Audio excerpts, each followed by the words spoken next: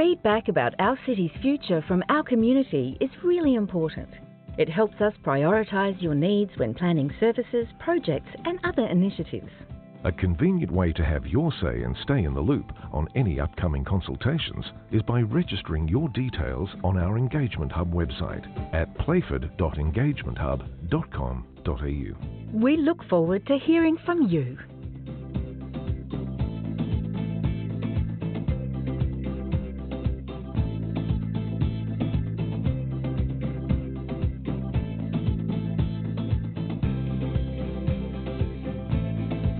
Have you visited the Stratton Centre on Peachy Road, Manapara? Designed to support growth in the city of Playford, the centre offers dedicated workspaces from less than $10 per day. There's also state-of-the-art event and meeting spaces for hire, a complimentary business support service to help you upskill, apply for grants and grow, workshops and networking, as well as training for young kids right through to adults, plus the City of Playford Library. Contact our team for a tour on 8254 4666 or visit the Stratton Centre at 307 Peachy Road, Manapara.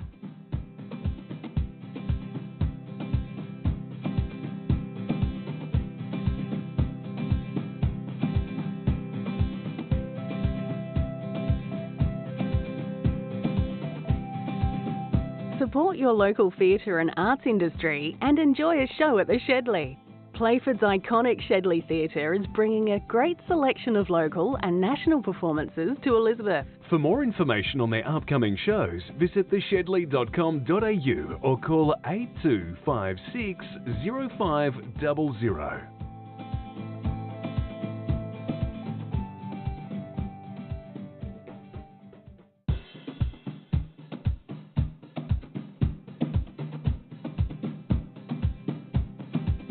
Did you know your food scraps should go in the green bin or a home compost system?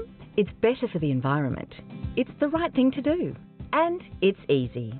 Fight food waste by putting all your food scraps, peels and leftovers in the green bin. To find out more, visit playford.sa.gov.au/fightfoodwaste.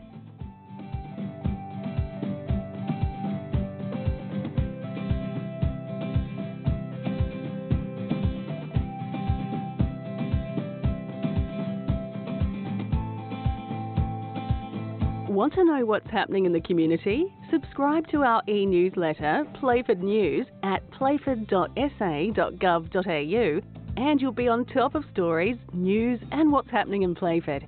It's local news for local people.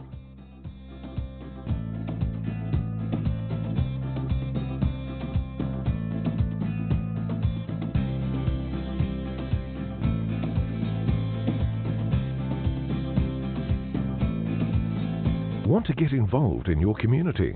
There are so many benefits in becoming a volunteer at City of Playford, including meeting new people, developing new skills, sharing your talents, improving your employability, as well as enhancing your own mental health and well-being.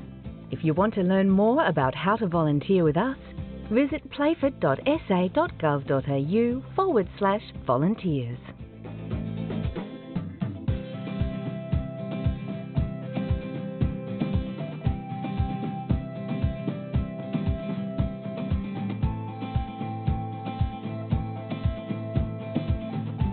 Feedback about our city's future from our community is really important.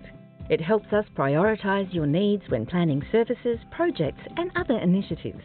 A convenient way to have your say and stay in the loop on any upcoming consultations is by registering your details on our Engagement Hub website at playford.engagementhub.com.au. We look forward to hearing from you.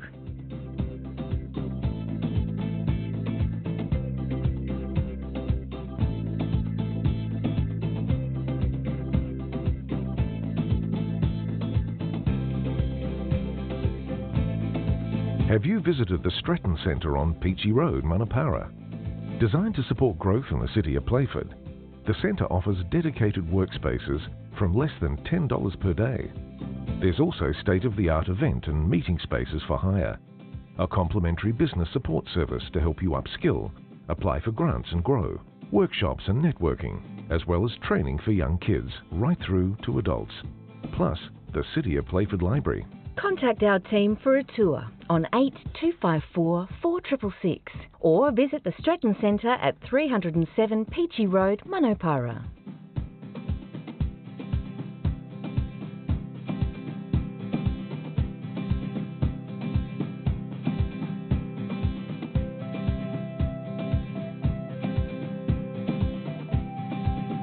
Support your local theatre and arts industry and enjoy a show at the Shedley. Playford's iconic Shedley Theatre is bringing a great selection of local and national performances to Elizabeth. For more information on their upcoming shows, visit theshedley.com.au or call 8256 0500.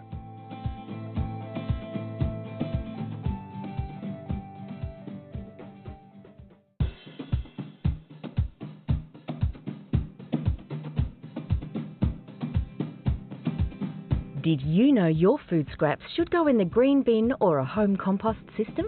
It's better for the environment. It's the right thing to do. And it's easy. Fight food waste by putting all your food scraps, peels and leftovers in the green bin. To find out more, visit playford.sa.gov.au/fightfoodwaste.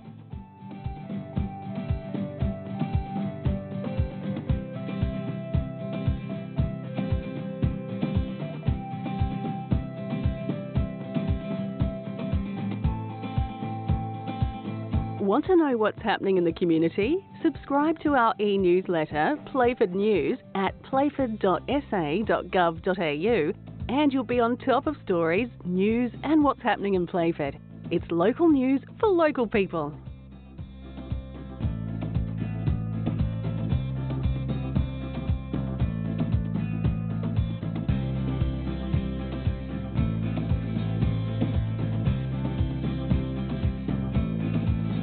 Want to get involved in your community? There are so many benefits in becoming a volunteer at City of Playford, including meeting new people, developing new skills, sharing your talents, improving your employability, as well as enhancing your own mental health and well-being. If you want to learn more about how to volunteer with us, visit playford.sa.gov.au/volunteers.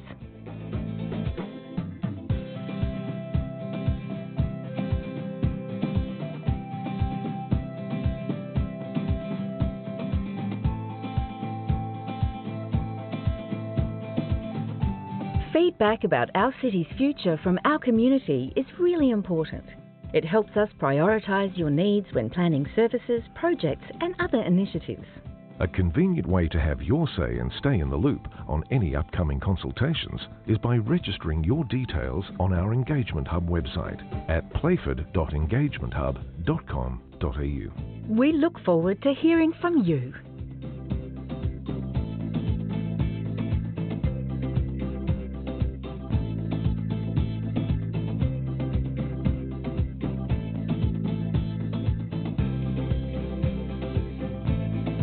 Have you visited the Stretton Centre on Peachy Road, Manopara?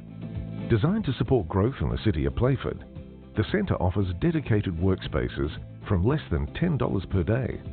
There's also state-of-the-art event and meeting spaces for hire, a complimentary business support service to help you upskill, apply for grants and grow, workshops and networking, as well as training for young kids right through to adults, plus the City of Playford Library. Contact our team for a tour on 8254 4666 or visit the Stretton Centre at 307 Peachy Road, Manopara.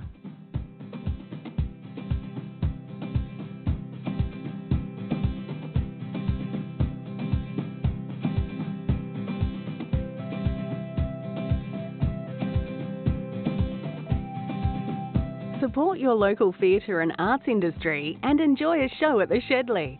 Playford's iconic Shedley Theatre is bringing a great selection of local and national performances to Elizabeth. For more information on their upcoming shows, visit theshedley.com.au or call 8256 0500.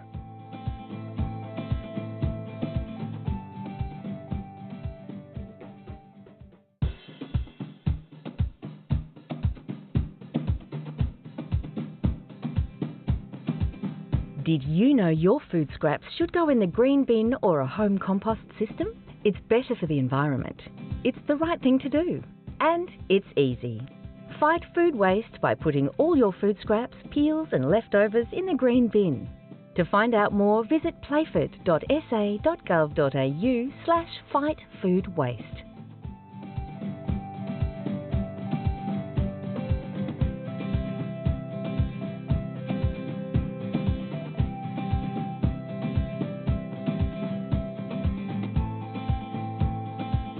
Want to know what's happening in the community? Subscribe to our e-newsletter, Playford News, at playford.sa.gov.au, and you'll be on top of stories, news and what's happening in Playford.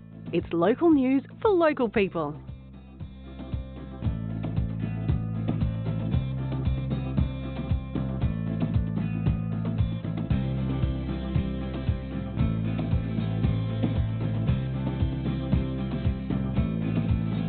Want to get involved in your community? There are so many benefits in becoming a volunteer at City of Playford, including meeting new people, developing new skills, sharing your talents, improving your employability, as well as enhancing your own mental health and well-being. If you want to learn more about how to volunteer with us, visit playford.sa.gov.au/volunteers.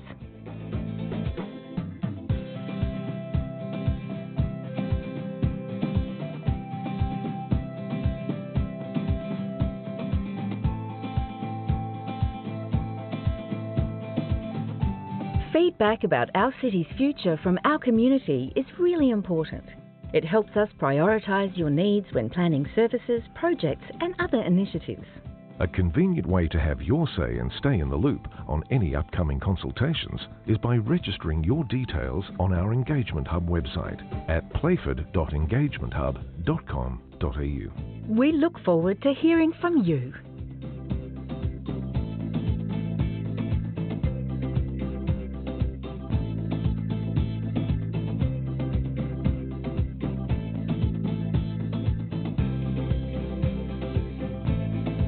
Have you visited the Stratton Centre on Peachy Road, Manapara? Designed to support growth in the city of Playford, the centre offers dedicated workspaces from less than $10 per day. There's also state-of-the-art event and meeting spaces for hire, a complimentary business support service to help you upskill, apply for grants and grow, workshops and networking, as well as training for young kids right through to adults. Plus, the City of Playford Library. Contact our team for a tour on 8254 4666 or visit the Stratton Centre at 307 Peachy Road, Manapara.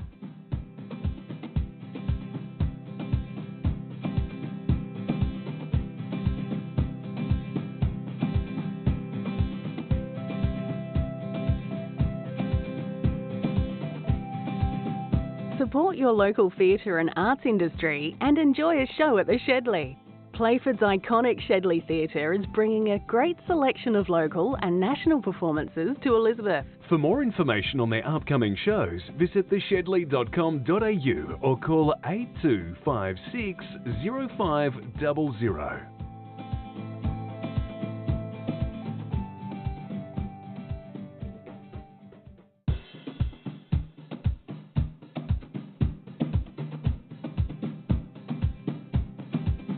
Did you know your food scraps should go in the green bin or a home compost system? It's better for the environment. It's the right thing to do.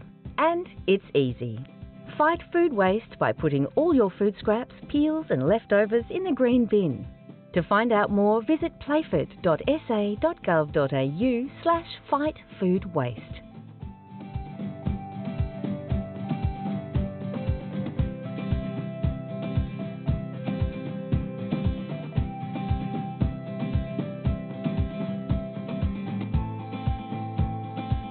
Want to know what's happening in the community? Subscribe to our e-newsletter, Playford News, at playford.sa.gov.au, and you'll be on top of stories, news and what's happening in Playford. It's local news for local people.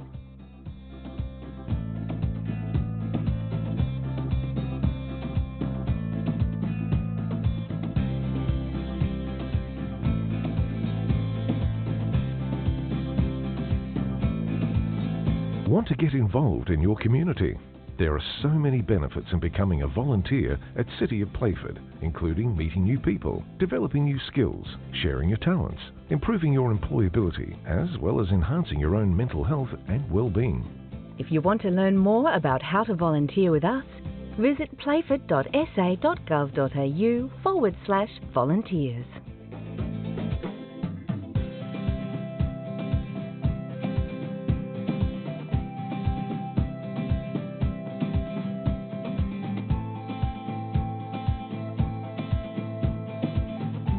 Feedback about our city's future from our community is really important.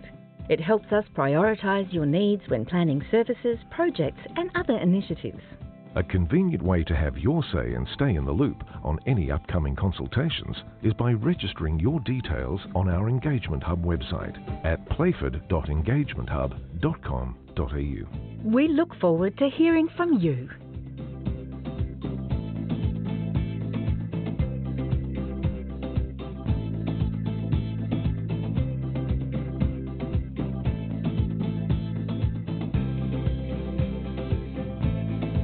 Have you visited the Stretton Centre on Peachy Road, Manapara?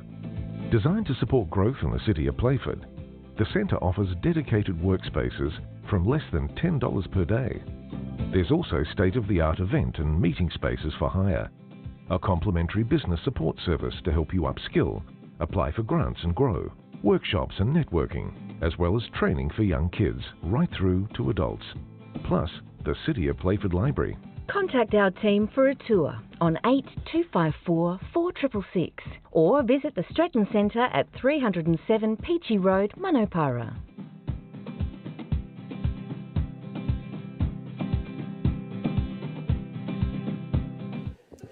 All right, good evening, councillors. Welcome to the December Strategy, councillors. Welcome to the December Strategy and Services Committee meeting. I declare the meeting open at 7 p.m.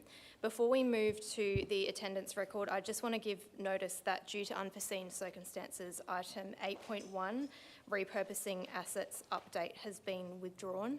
So that will no longer be on the agenda for tonight.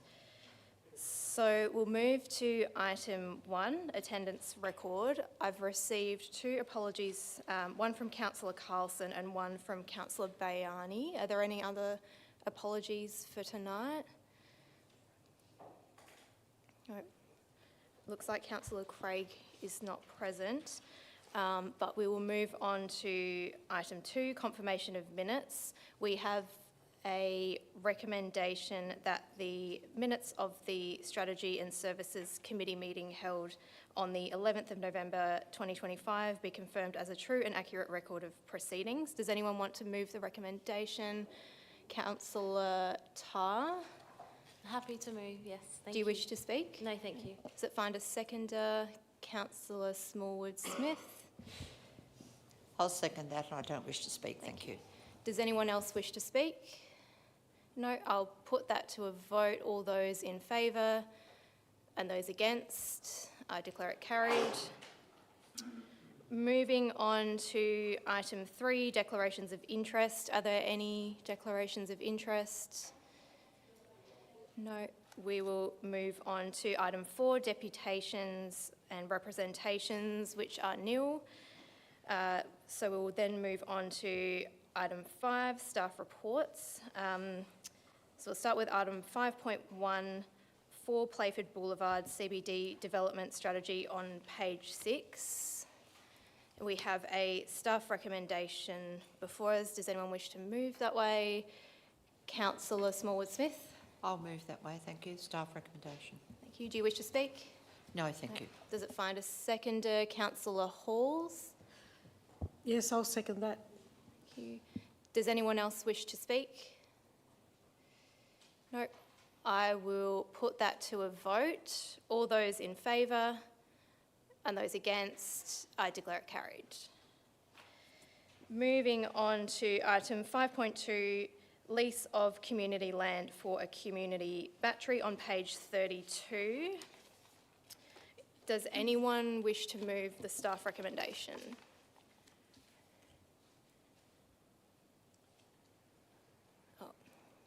Councillor Smallwood-Smith.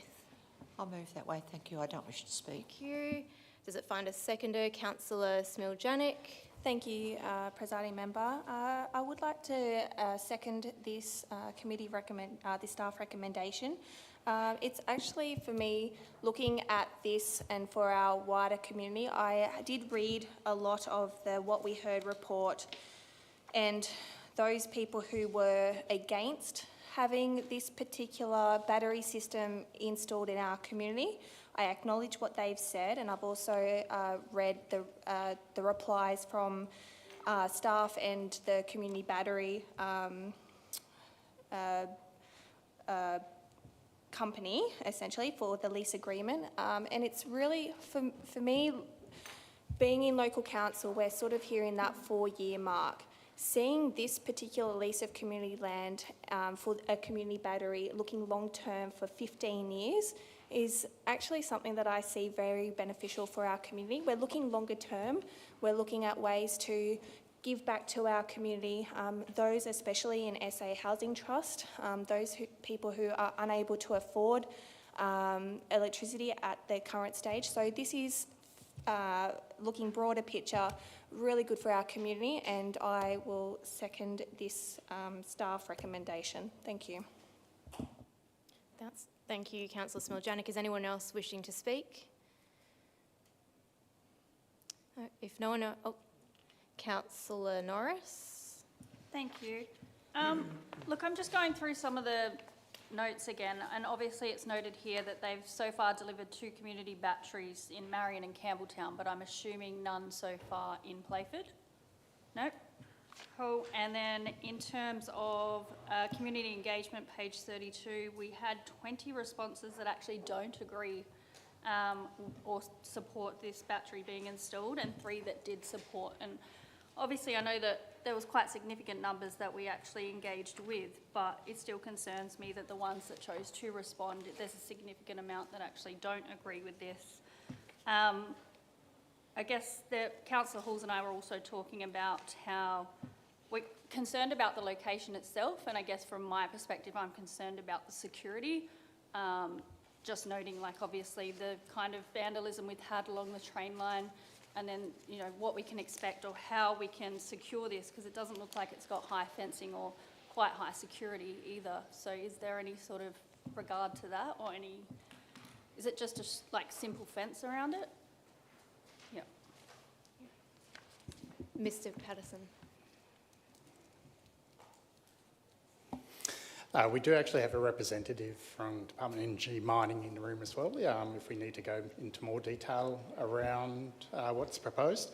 But you are looking at a solid mesh fencing designed with a slight lip at the top to, I suppose, provide a level of security within that. What height? I might just, 2.4 metres, so quite significantly high. Okay. I mean, look, it's up to the other guys, but I wouldn't mind like a couple of minute rundown of you know, what's proposed. If that's... If the chair is comfortable, we could get Scott Oyster, who is representing Department of Energy Mining, to speak and provide a quick overview of the project. Yeah, that would be great. Thank you. Thank you.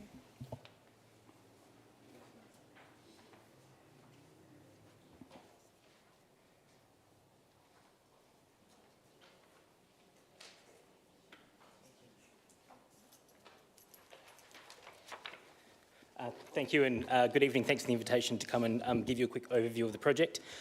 So, as mentioned, my name's Scott Oster. I'm representing the Department for Energy and Mining from State Government, and the assets that we're talking about, the community batteries, are intended to be owned by the state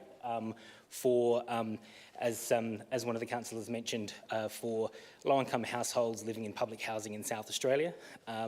So for some time, the government's been working on initiatives to address the cost of electricity for low-income households.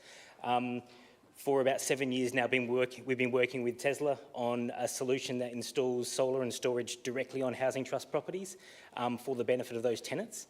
But we now know after 7 years that we cannot continue to grow that project for the benefit of all housing trust tenants. So we are looking for a solution to satisfy the more than 30,000 households that live in public housing. The federal government came out with an initiative for community batteries about 18 months ago.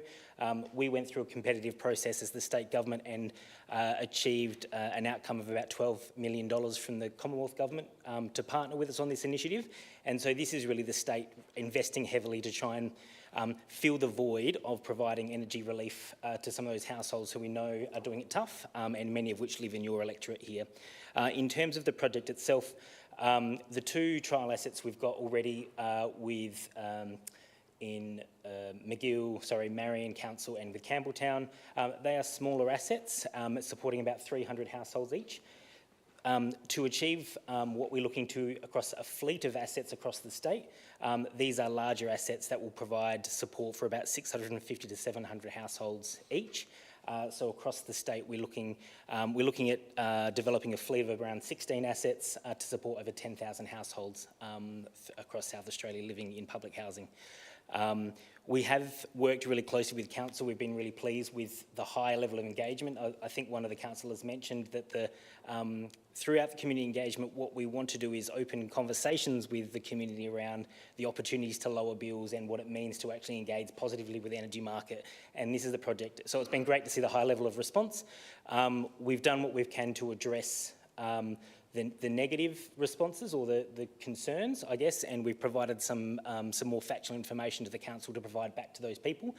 On the visual amenity impacts, we have our standard level of fencing to surround these assets is a modular tube fencing in order to address the visual impacts that have been raised as part of your community consultation. We have increased the amenity to a specialised engineer fence that actually provides a much cleaner, more professional, I guess, interface with that community land in which we're looking to build on. So, but I'm happy to take any specific questions that anyone might have.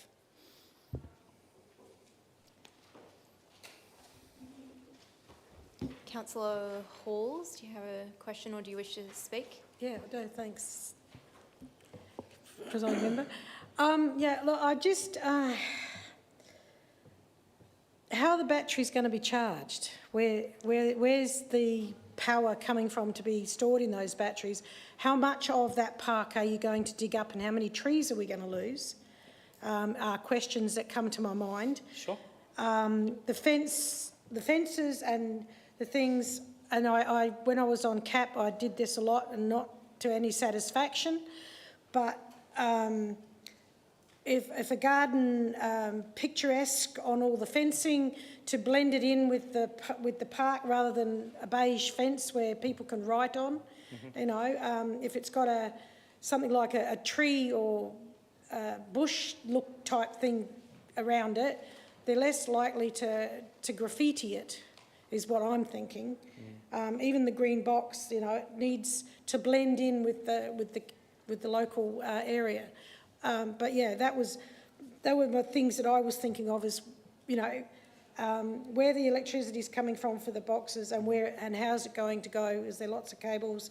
Yeah, and it's kind of between a heavy density housing trust and a more owned property area. So I was just trying to work it out. Sure. Well, in terms of the electricity, where that's coming from, we are, South Australia is probably one of the most advanced electricity consumers in the world in that, given the very high levels of solar penetration, we actually, the problem we are now trying to solve for is too much solar in the grid during the middle of the day. So how we will make money out of this asset is by taking electrons or energy out of the market during the day where there's very high levels of solar that already exist, and then selling it back into the market in the evening peak where prices are much higher. So effectively it's the energy arbitrage is where that we're making the revenue, and we're looking to generate around $60 million over the 10-year life of the program to actually provide all that money back into savings directly to housing trust properties. So there's no co-located solar. It's simply just trading energy out of the market during the middle of the day and pushing it back in the market at the end of the day once the sun goes down in the evening peak. In terms of location, we've looked at over 20 different sites in this LGA to try and land on this particular location. The locations for these assets are very difficult to come by. There's a very complex web of Venn diagrams, I guess, to land on the perfect site. And really, this site has been identified as the only one of those 20 that would be suitable to make sure that it's within a close proximity to the high voltage line that really runs overhead through that vein. Yeah, I can see that. And so for that reason, this is a very attractive site for us, and the only one of 20 that we've investigated so far in your LGA. We've worked with council to move the battery a little bit on the actual site itself to make sure that no trees will be removed. We've moved it further back from the actual footpath, so I think initially we had it sited closer to the footpath, but it has been moved further back. So we have taken a lot of consideration as to how to most minimise the impacts for that particular location for this asset. So is it possible to colour it so that it blends more in with, you know, a shrub, like a bush area or something like that, rather than look like the dirt? Because it's green. It's green sometimes of the year. Yeah. I mean, the colour palette of the actual enclosure itself is flexible, and we can still change that. We've got access to the ColourBond range of enclosures, so absolutely, council will work with council on that. We've also talked to, and I'm going to get this wrong, the horticultural area to actually look at, is there some appropriate plants for screening and those sorts of things we can add to that's going to be appropriate for that location. But again, we're open to working with council to make sure that the right species are selected that are suitable for the area, and particularly with mind how to maintain them to make sure that they look good over time as well. Because what I was thinking of, and you wouldn't know this, but the staff would, I'm looking at when Janie put patterns on the power box at the rotunda to make it blend in a bit better, so that it didn't look like a big green silver box sitting out, you know, and it just had leaves and like all that sort of over it.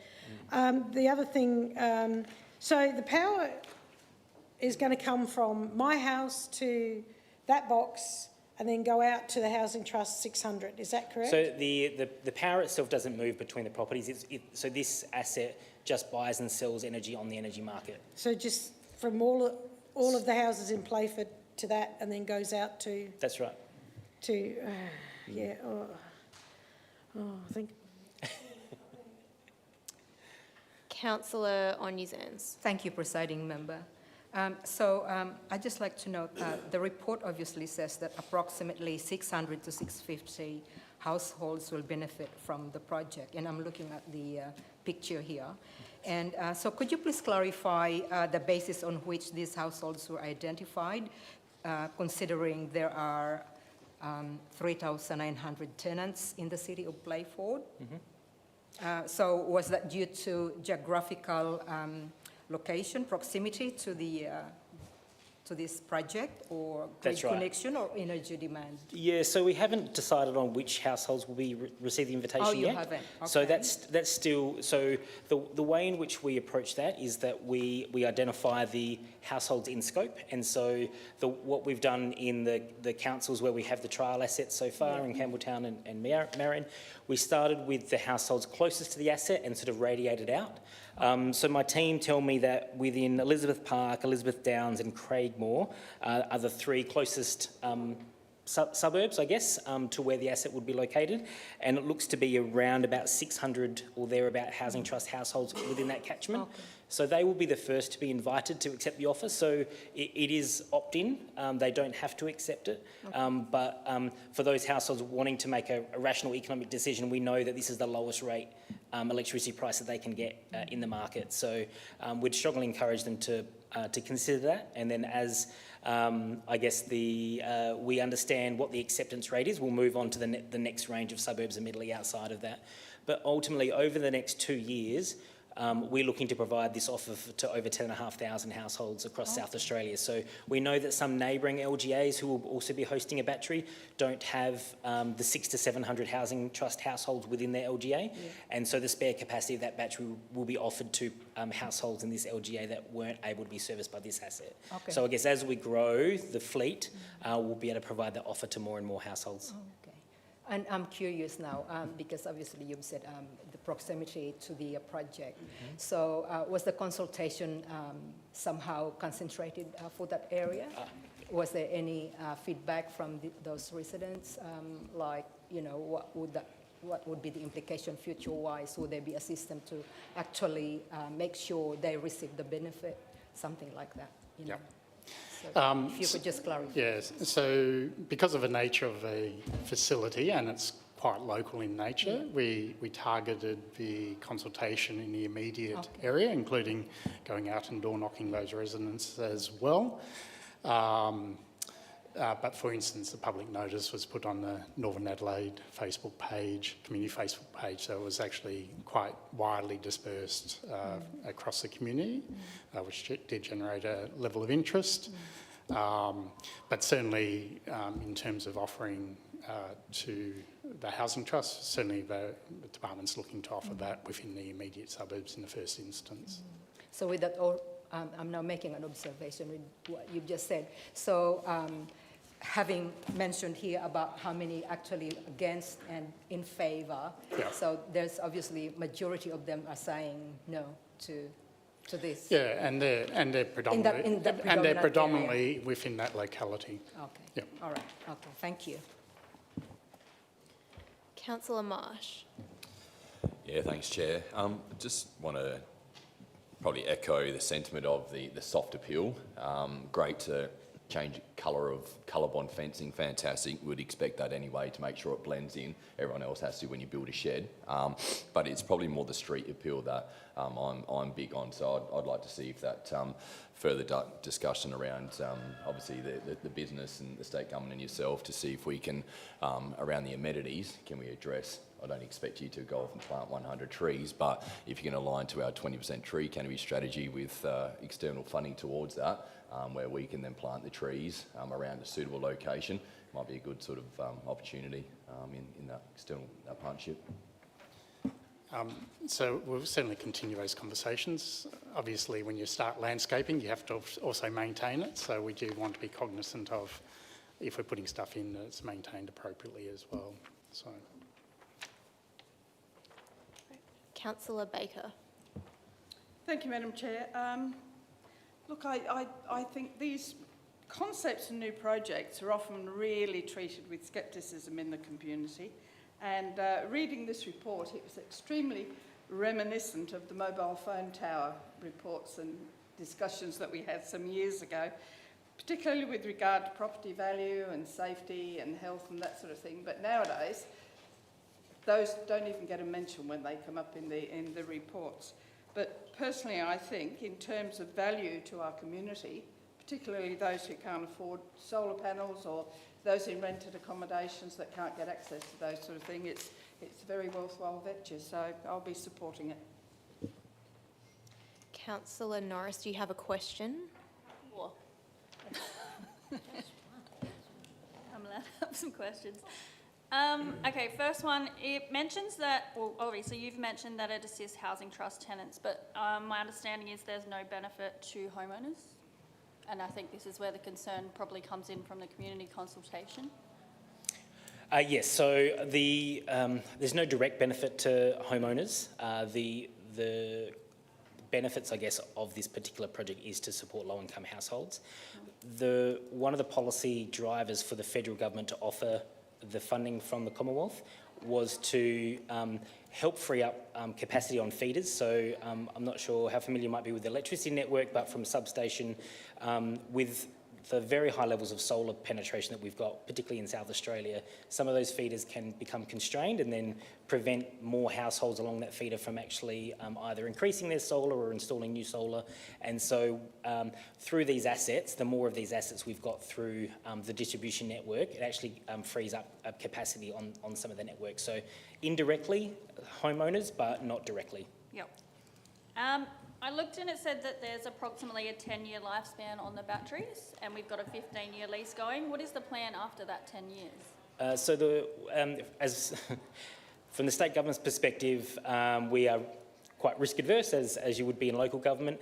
These assets are warranted for 10 years. So the way that we've structured the agreement for the purchase of these assets, at year 10, we think there will be useful life of these assets beyond that, but we don't know. There's a renewed category of asset.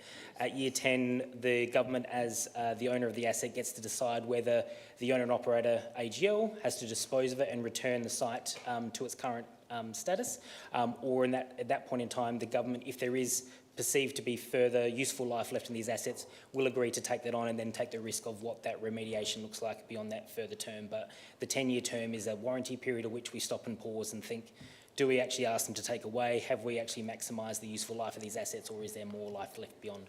Cool, thank you. Just thinking about, well, I know it's not even a maximum heat weather today, but what is the heat limitations on these batteries?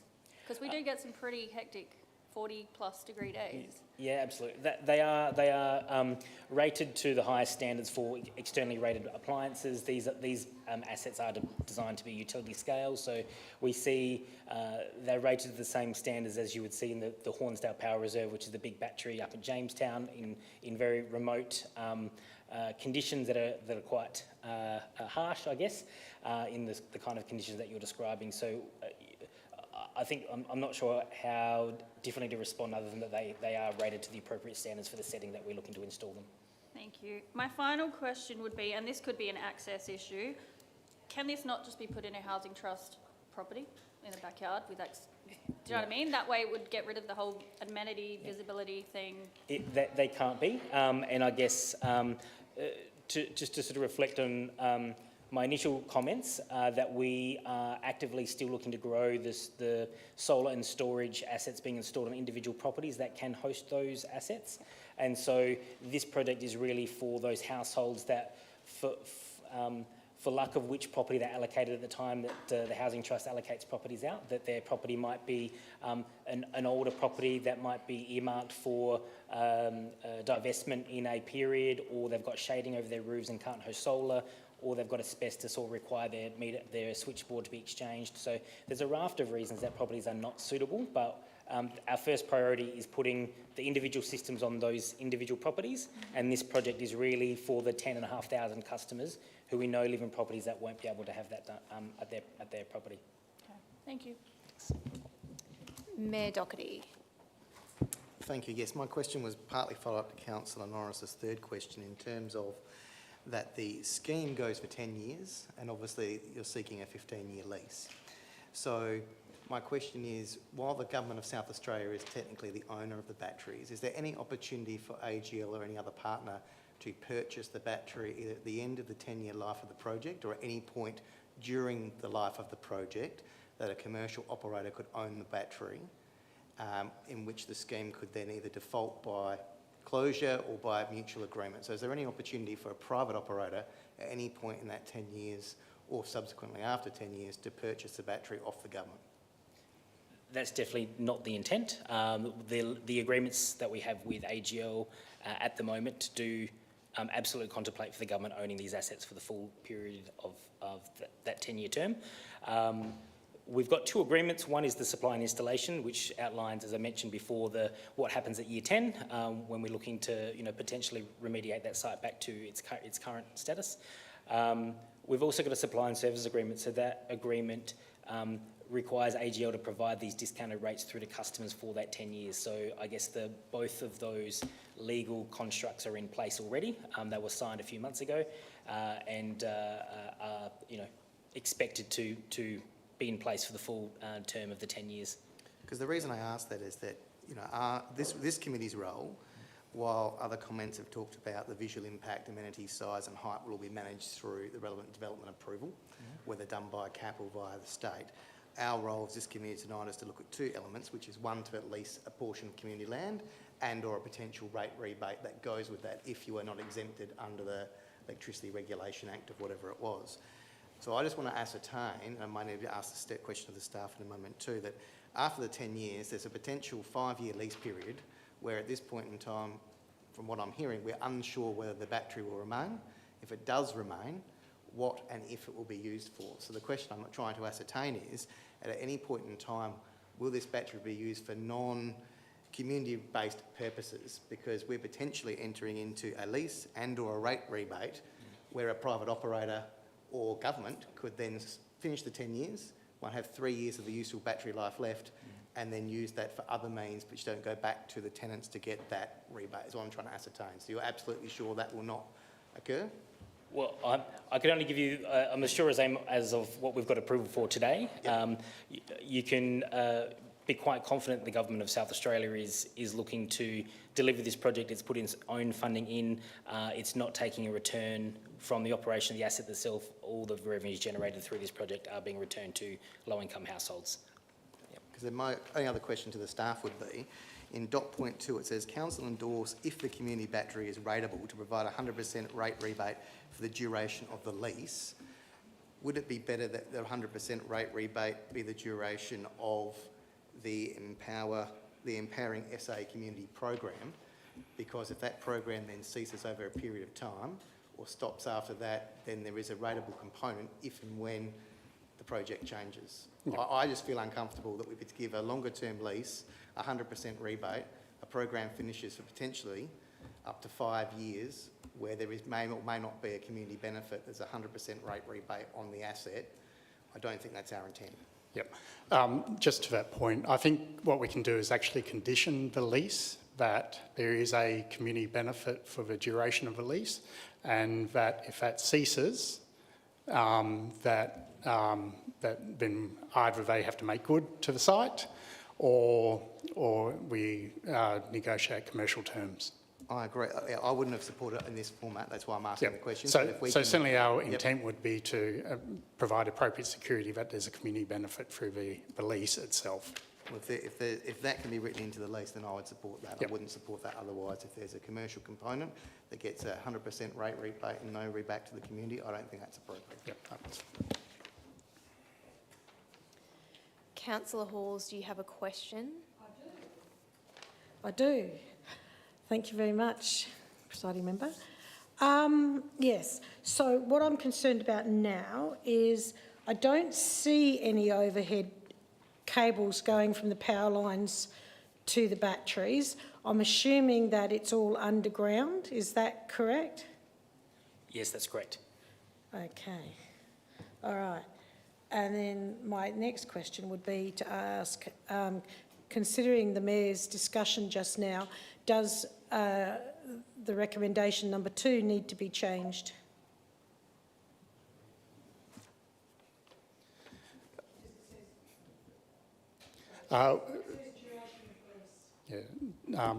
We could include a third component to say that this is on the basis that there's a community benefit if the mover and seconder was comfortable with including that third dot point. So the mover and seconder are comfortable with that change? We'll just get it up on the screen.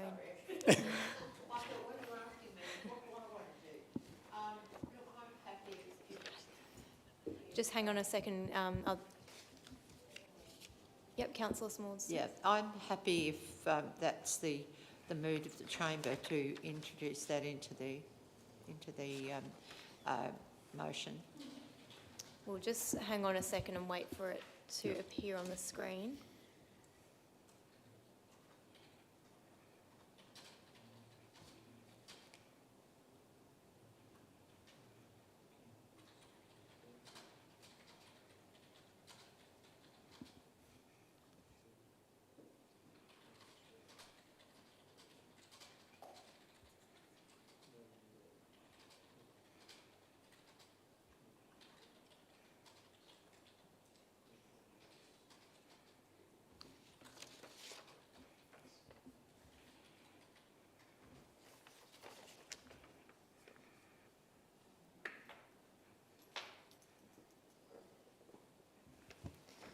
Just to follow the procedure, I just want to confirm now it is on the screen.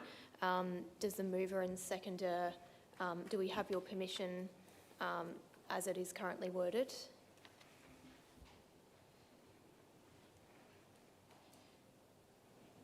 Councillor As I Small said, Smith. Chair, is that if that's the mood of the chamber, then I'm happy to bear with that.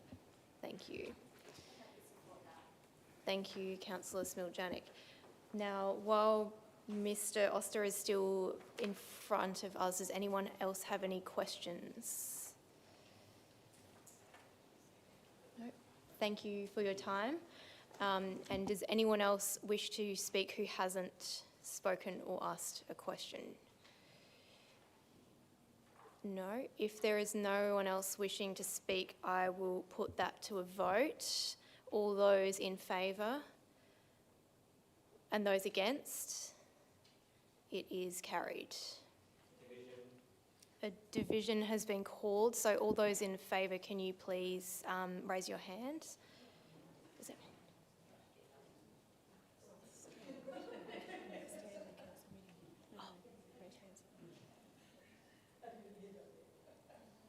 Yep.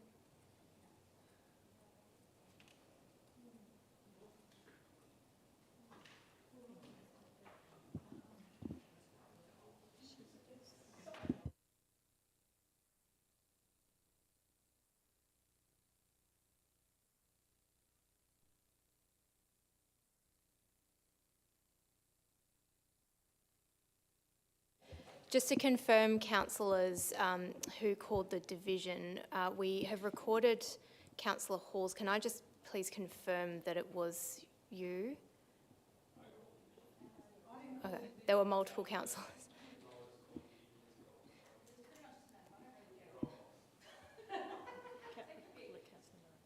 We'll record it as Councillor Norris calling the division, if that is okay with you.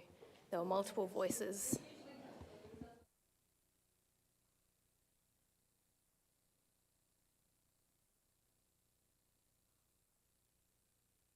All right, we will move on to item 6, informal discussion. And we have a presentation on the Smithfield Regeneration Code amendment by Mr Patterson, Mr Humphreys and Ms Jen Corelli. If you could please come to the front.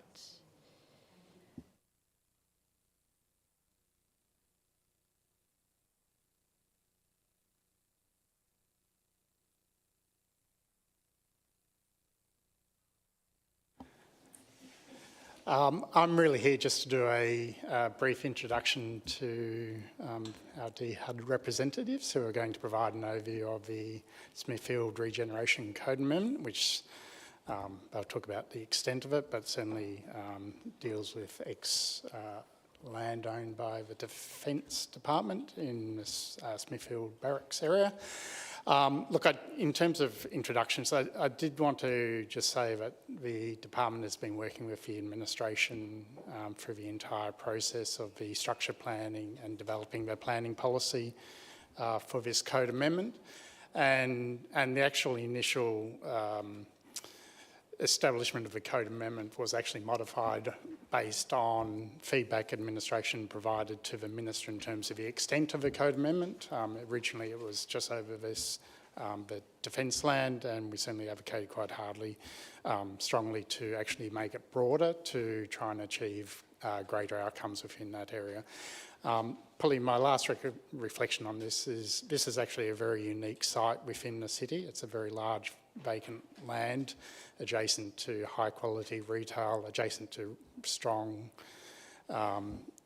public transport connections, and it gives us an opportunity to think about delivering a different urban form within our city, thinking about walkability, connection with transport, connections with shops. So I think to put it in that context in terms of some of the planning policy, that's certainly been the support we've been giving the state as well. So I might hand over to Andrew or Nadia to... Nadia is going to do it, to walk through the presentation. Good evening, everyone. So my name is Nadia Giancarelli. I'm Manager of Code Amendments within the Department for Housing and Urban Development. With me is Andy Humphreys, Director Development, and we're here to talk to you today about the Smithfield Regeneration Code Amendment.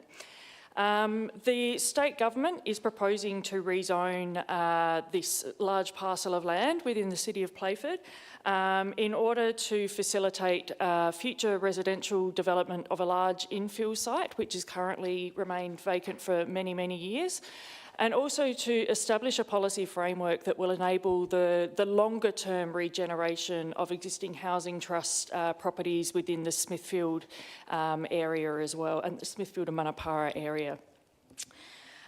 So we have been undertaking a range of community engagement processes. This code amendment is currently on public consultation, with consultation closing on the 21st of December this year. And so our engagement activities, which I'll talk to a little bit later on, have included some drop-in sessions. We had a booth out at the Manapara Shopping Centre and this briefing as well. By way of introduction, if I can drive this technology, bear with me. Is it that one there? Nope, sorry. Just do the, no. Glad it's not just me that has technology troubles.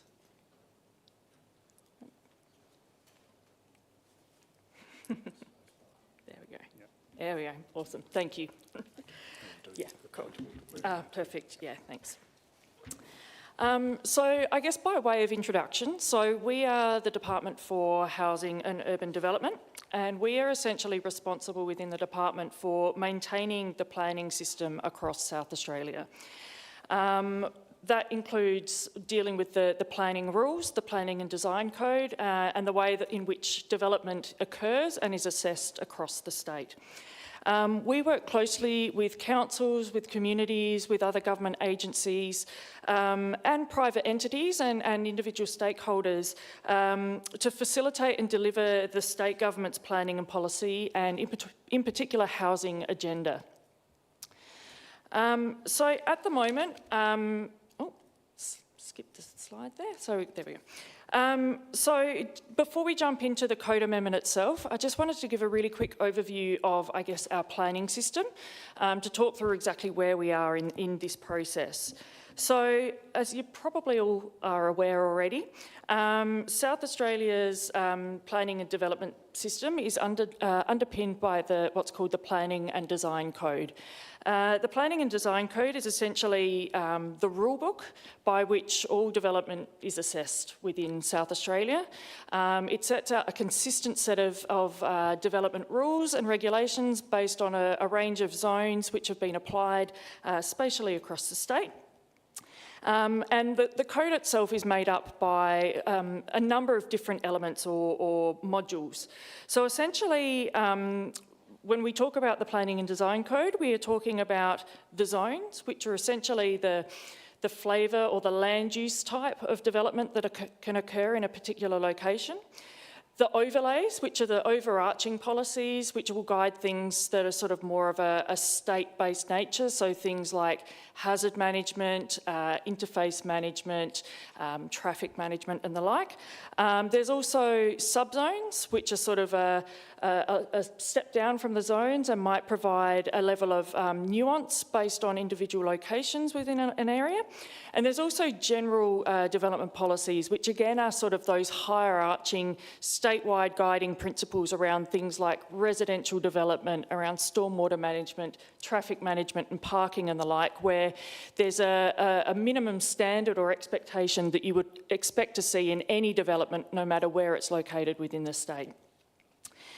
So in order for the zoning or the policy rules to be changed for an area, it needs to go through a process which is called a code amendment, and that's what we're here to talk about today.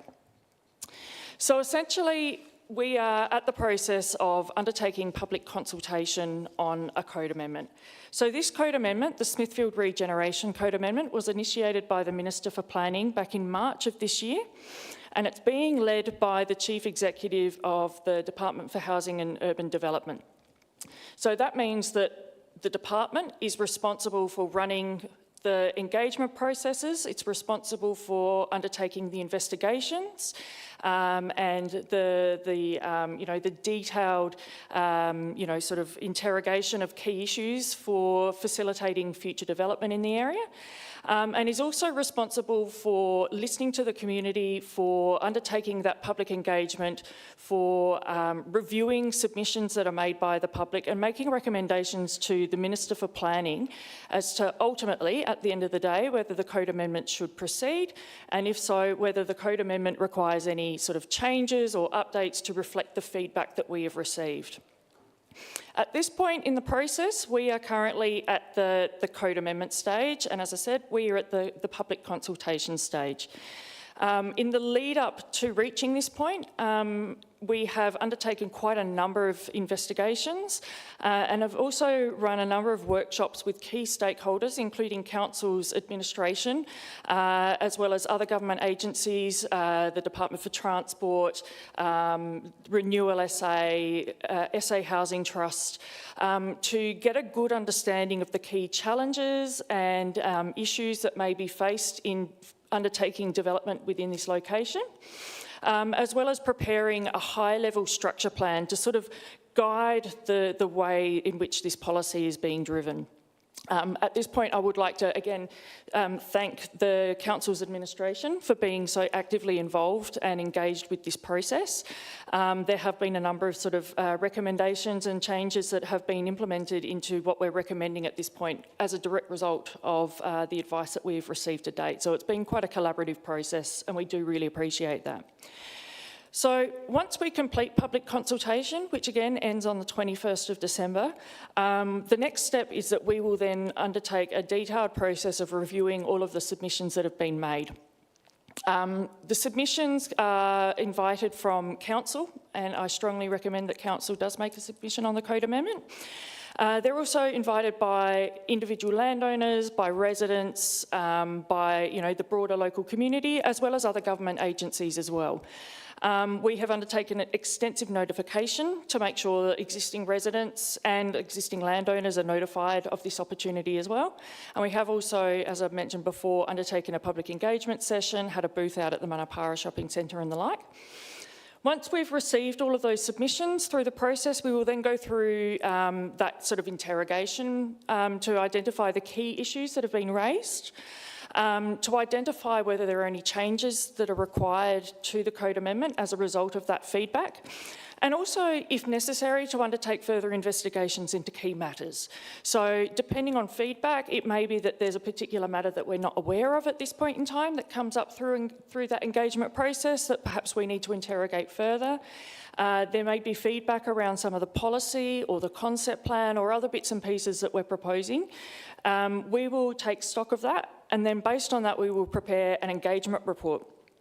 That engagement report will outline all of our findings and our response to those findings, and that will then go to the Minister for Planning to make a decision. And the Minister for Planning at that point in time has the ability to adopt the code amendment as it's put to him, to alter the code amendment in response to particular concerns or issues that they may have on a particular matter, and then to adopt it, so essentially to make the policy go live. Or the Minister could decide to decline the code amendment if, for example, there are too many issues or other challenges that have come up that have caused concern. If the code amendment is adopted with or without changes, it then goes through what's called a deployment. The policy goes live into the Planning and Design Code. It takes effect. And then from there, there's a parliamentary review where the code amendment itself is referred to the Environment Resources Development Committee of Parliament. And there's an opportunity for submissions to be made to that committee as well, should there be any further concerns that haven't been resolved. And then following all of that, should the parliamentary review determine that the code amendment is appropriate, it then goes through to sort of the development planning side of things. At a very high level, so the affected area, and I will talk more specifically about the affected area and the site that we're looking at in a moment. But just broadly speaking, so the affected area that we are talking about captures existing residential areas, of which a large proportion are owned by the Housing Trust, but it also includes the former Army barracks, which sit behind the Manapara Shopping Centre as well. And that particular site is really considered quite an important infill development site.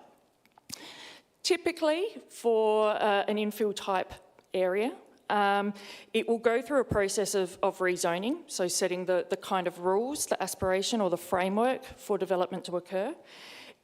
Once that process has happened, it will then go through the land division sort of process. And to underpin a land division, there's often a level of master planning or structure planning to really understand the detailed needs in terms of road networks, stormwater management, infrastructure needs and the like. From that, it would then go through the sort of engineering approvals and you know, building approvals to sort of facilitate the civil works that would be required, landscaping works, roads, all of those sorts of things then start to be laid down. And then finally after that, you then start to look at the dwelling construction. So it is quite a long-term process, and we are looking at this particular code amendment as really the starting point of quite a long-term development opportunity. So this isn't intended to be turned around and switched on and developed within, you know, the immediate term. This is intended to be a long-term process. So just by way of background, and look, a number of you, if not all of you, are probably very well aware of the history of this site, but essentially this particular, the site, and again, I will talk about the broader affected area momentarily, but there is a legacy of defence use within this affected area. So back in, you know, sort of World War II, there was, you know, munitions factories and all sorts of things, ordnance activities going on within this site and around the broader area as well. And then the site has effectively remained vacant since that point in time. Sort of in the 1960s, 70s, the Housing Trust, 60s, 70s, 80s, the Housing Trust homes started to evolve around that defence land. However, the defence land itself in the centre, directly behind the Manapara Shopping Centre, remained as sort of a cadet base for quite some time. In the 90s, the Manapara Shopping Centre was built, and the evolution of that Manapara Centre really began to take off, and it continues to grow to this day. Most recently though, through the AUKUS deal, the Army site was transferred to the South Australian Government and put in the ownership of Renewal SA, which is basically the state government's development arm, for future redevelopment. So what we are looking at today is being able to facilitate the development of that site. This is essentially the catalyst for revitalising the entire area. This particular area is identified within the state government's planning or housing roadmap rather, as a priority infill development area. And it's also underpinned by the Greater Adelaide Regional Plan, which I'll touch on in a moment as well, as a significant infill opportunity for the state. Now, the affected area itself, so it covers approximately 163 hectares of land.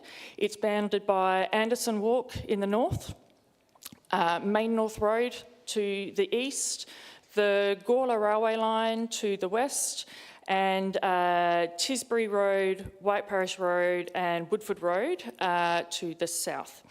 It includes the Manapara Shopping Centre, it includes the Renewal SA land. It also includes the Smith Creek, the Memorial Oval and the Smithfield Oval, where the Smithfield Footy Club is, as well as the recreational space, I think it's the baseball field to the south. And importantly, it also has two railway stations, being the Smithfield Railway Station to the north and the Broadmeadows Railway Station to the south.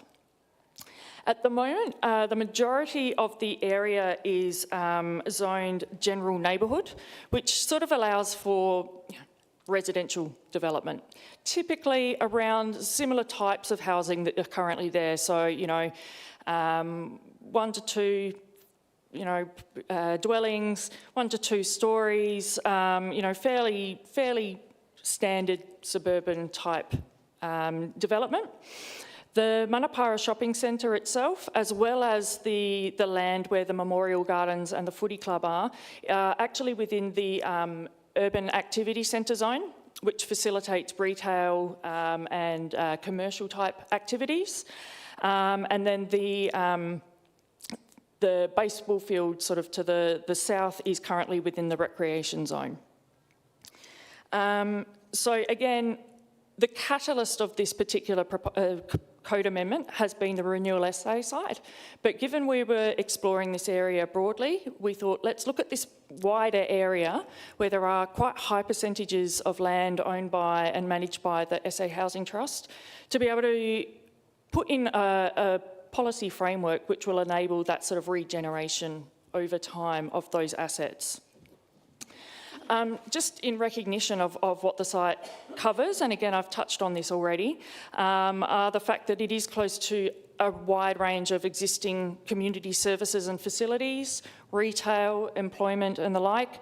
It does also, have a number of sort of residential properties which are perhaps starting to get towards an end of life in terms of their age and how they are. That being said, there are some that are very old. I do recognise that it's, it's quite an area with a lot of potential for redevelopment. So there's also, as I say, a number of community and really valued community facilities in this area in terms of the Memorial Gardens and the Smithfield Footy Oval, which is, quite an important community asset within this area. It's also got fantastic public transport access in terms of the 2 railway stations, but also the interchange at the Manapara Shopping Centre, and also has the ability to be better connected to a number of existing assets when it comes to things like recreational walking trails and the Smith Creek and things like that as well, which runs through the northern edge of the affected area as well. I mentioned before the Greater Adelaide Regional Plan. The Greater Adelaide Regional Plan, which no doubt you're probably all aware of, has recently sort of come into play as the guiding strategic document for the Metropolitan Adelaide. And it does identify this area as a state significant infill area. So it's one of those areas that's targeted for making the most of the sort of, I guess, the amenity aspects and the possibilities that are available to this site. The fact that it's got great access and proximity to a number of educational facilities, to retail, to community assets, but also has the opportunity to provide different forms of housing moving into the future to accommodate, the changing demographics and the changing nature of this region as well. Again, it's not just about catering for things like the Housing Trust, but it's also about opening a market and providing more houses for growing families, for the changing demographics and family dynamics within the City of Playford, which are very diverse and are changing. And it's also about opening opportunities for sort of first home buyers, for downsizers, for people that are looking to get a foot in the market and sort of find their home. I also mentioned before the state's housing roadmap, and the housing roadmap was released last year with a strong drive to facilitate the delivery of more housing for South Australia, but also to help identify and underpin the long recognised challenge, I suppose, of it's not just housing that we have a shortage of, it's also being able to get that housing connected to key infrastructure, to making sure that, the land that is redeveloped and zoned is able to be serviced, connecting to water, sewer, all of these sorts of things, which we all know the City of Playford has a number of challenges to deal with in this area. That being said, there are a lot of opportunities as well, and this particular site does offer quite a wide range of opportunities. So we're looking to establish that framework to really try and get things right.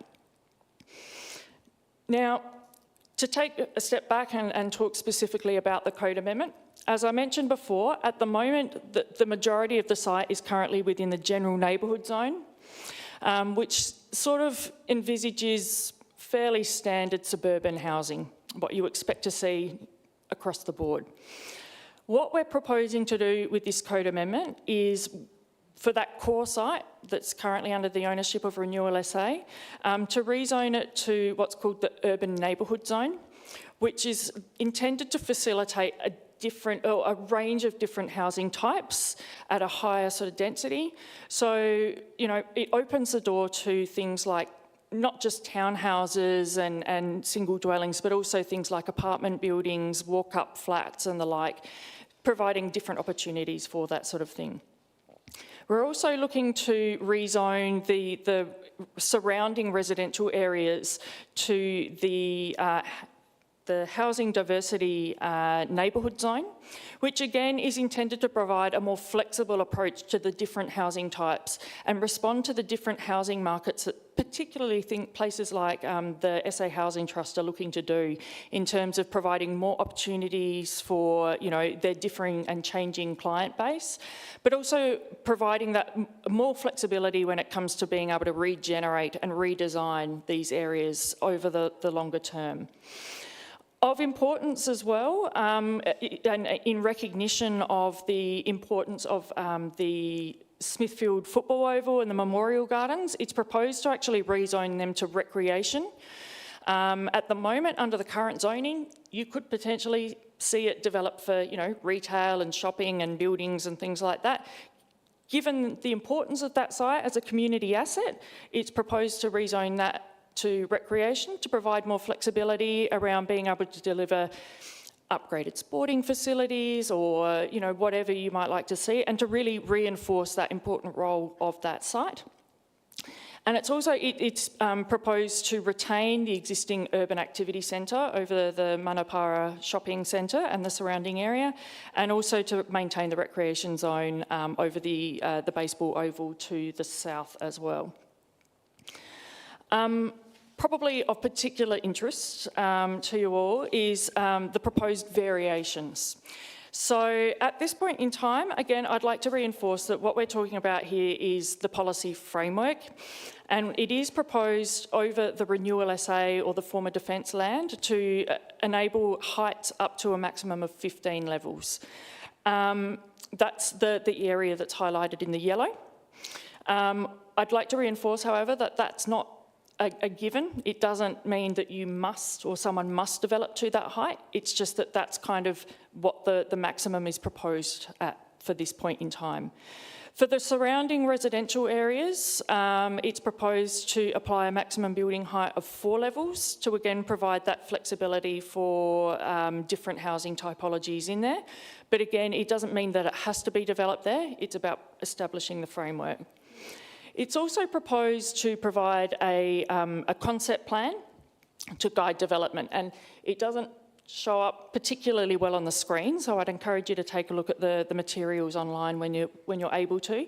But the concept plan is there and is intended to identify where key sort of infrastructure upgrades, in particular things like road upgrades, north-south connections, potential stormwater detention basins, open space and the like, could be provided.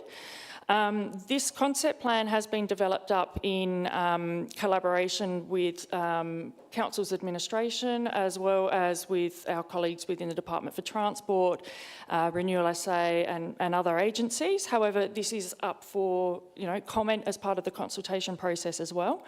And it has been underpinned by a high-level structure plan where we have gone into a bit more detail around things like providing improved north-south connections as well as improved east-west connections. In particular, at the moment, there's a lack of east-west connections.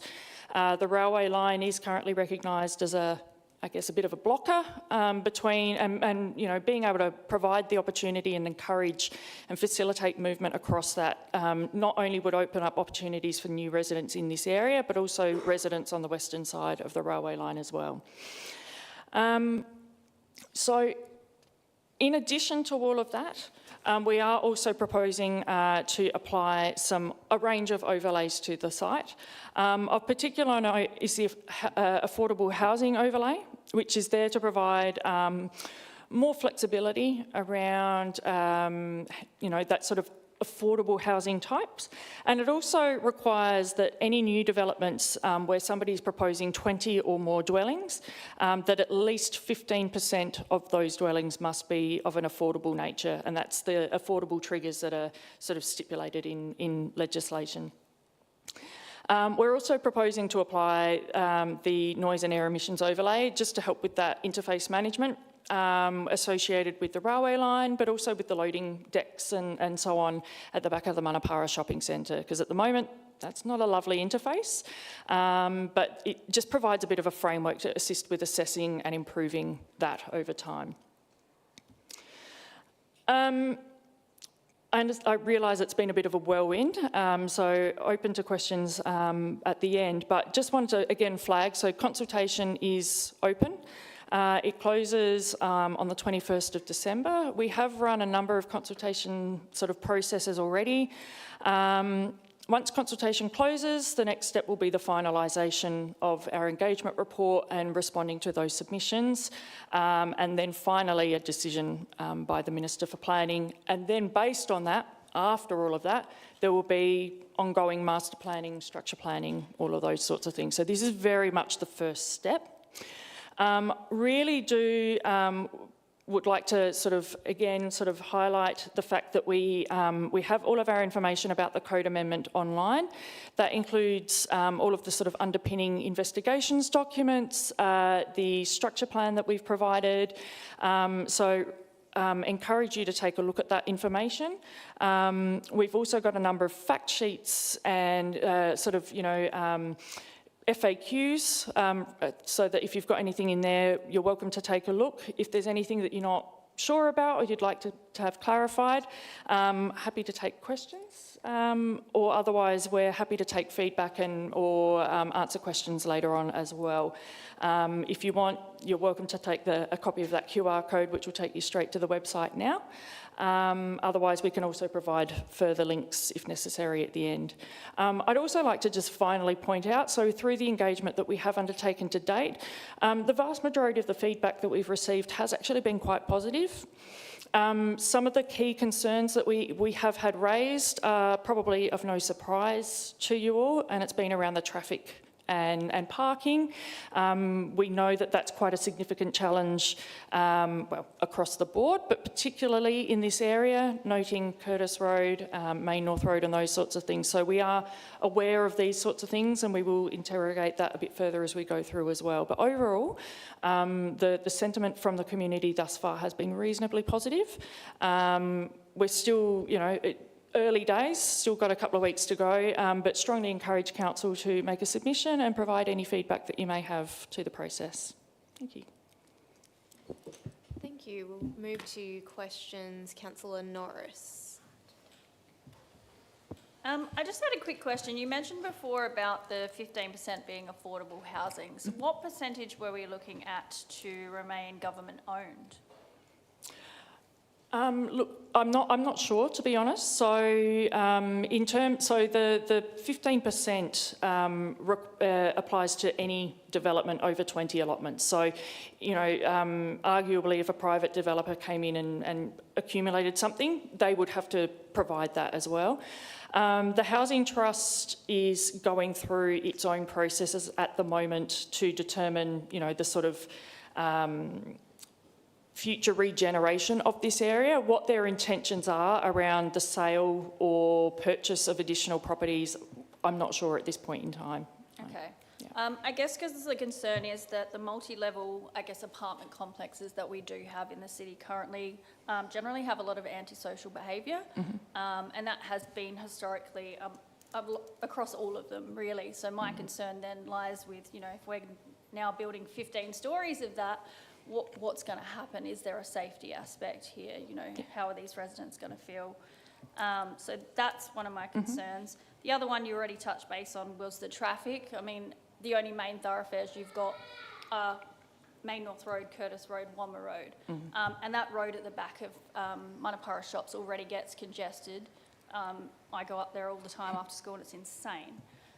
So there's that big concern there. Yeah. And I do believe you were possibly considering a road or a bigger, wider road through the middle of that as well? Yeah, so on that point to start with, so basically what we've done is the structure plan that we've sort of developed is very much conceptual, so there still needs to be, sort of final master planning and design layouts for it, but a key outcome that we do want to be able to facilitate is that sort of improved through sort of roads through the entire area. So what we have looked at are things like potential opportunities for where, new roads through that the Renewal SA land could potentially connect up to existing road networks, but also possible future networks as well. We have also sort of explored the opportunity for where possible east-west linkages could be created between Main North Road and the affected area as well to help undo that. So that's a key thing that we want to be able to facilitate. The final layout would be subject to quite detailed design work, but certainly the concept plan has been sort of identified to really, I guess, promote that connection, not just for traffic, I should say, also for pedestrian and cyclist accessibility as well. So looking at opening up sort of that, the pathway along the railway line as well and creating connectivity through there as well. Yeah, that's a good idea. The final thing I just wanted to mention, and I guess this is more advocacy for the residents, is just around privacy. Like nobody builds a single-storey dwelling in this area expecting to have a 15-storeyed apartment building overlooking their property. I can understand it obviously closer to the city, but I guess my concern is can we maybe, keep that to the central part of the development. I guess there's no rules around that, but just be something to consider. Yeah, no, absolutely. And I mean, again, there are policies within the code that help to manage that. The site, it's like the Renewal SA site is a very large site, so it does have the ability to sort of enable that design. But yeah, certainly encourage that to be included in your feedback. Yeah. Councillor Craig. Thanks, Chair. Would you have an idea approximately how many residential blocks there will be? Just curious on that. Yeah. So the housing roadmap currently talks to about 15,000 on the Renewal SA site. Through our structure planning, we sort of, 1,500. Yes, good pickup. It's been a long day. So we have also looked at sort of higher and lower density scenarios just to sort of make sure that no matter what goes there, the capacity within the infrastructure is there to provide it. Yeah. Councillor Halls. Thank you. Yes. As my colleagues know, I'm a great hater of laneways and alleyways because we have not learnt from America and England and we persist in putting them up. I hate them they're terrible. They just do not, they might look good now, but down the track, they become dens of iniquity and rubbish and everything else. So, the only thing that I would like to see is, it'd be great for the road, Broadmeadows Road, to go through to Morialta and come out at the roundabout. The other big hate that I have is that the road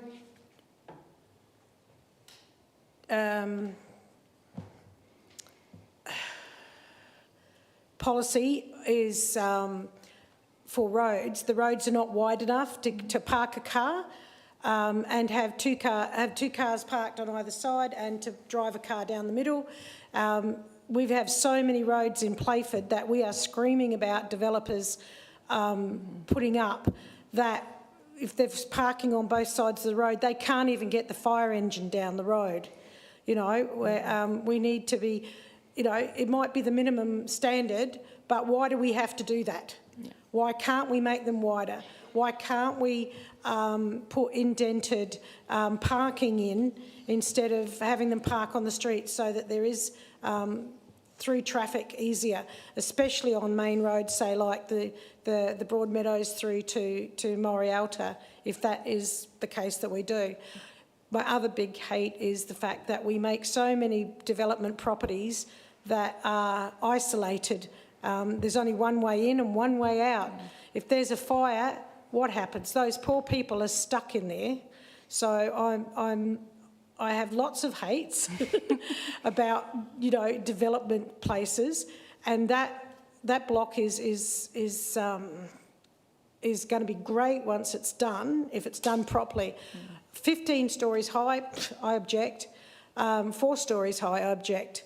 I think that they should be all one level, all ground level. But then, you know, that's just me. I don't believe in high rise in that area. But I do know that there is a government policy of multi-storey units around shopping centres, so I don't suppose that will, I think that will probably come into it, and we won't have a choice of doing that.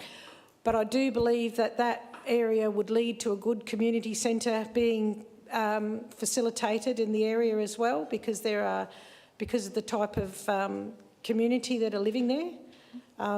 It would be good to make sure that we factor something like that in as well. Yep. Thank you. Thank you. Councillor Marsh. Yeah, thanks, Chair. Love the idea to be bold, because we need to be bold because we're behind with growth nationally. So kudos to you having that challenge. I just want to make sure that we cater more broadly than just houses, make sure we've got the reserves, make sure we've got the open space, but we need a mature conversation with local government that every time a house is put in with no backyard and nowhere to park, the impacts that actually puts on the local councils. So I think all great, do your ribbon cutting and deliver your 1,500 homes, but we need a broader impact on what that actually has on the Smithfield Plains, the Smithfield Footy Club. What impact does that have on the local roads? What impact does that have on our cycling network when they want to get on your brand new bitumen cycle lane, but it doesn't go anywhere else? It's a flow-on effect that we have to wear, that the community have come in, but they can only ride their bike 800 metres, and the rest of the 1 kilometre that they want to get to isn't yet be done, and it's yet to be planned. So you can have glossy mags and tell you to be well connected, you can ride your bikes everywhere, but you actually truly are telling a false story because you can't get to the end destination. And that is the impact that we're having with state government and Fed, is that we're having a lot of this infill, but the flow-on effect 5-10 years down the track, once the house has been sold, you pack up shop and you go look for another precinct. That then puts strain on the existing areas that we still need to deliver, and we're failing to deliver on the last 20 years. So I probably want to make sure holistically, if you're going to bring in 5,000, 6,000 extra people, what is the impact on more broadly schools, medical centres, etc. So please, if we do this more broadly than just houses, people need to go for somewhere to walk, they need to go somewhere for a medical, and they need to get somewhere for a job.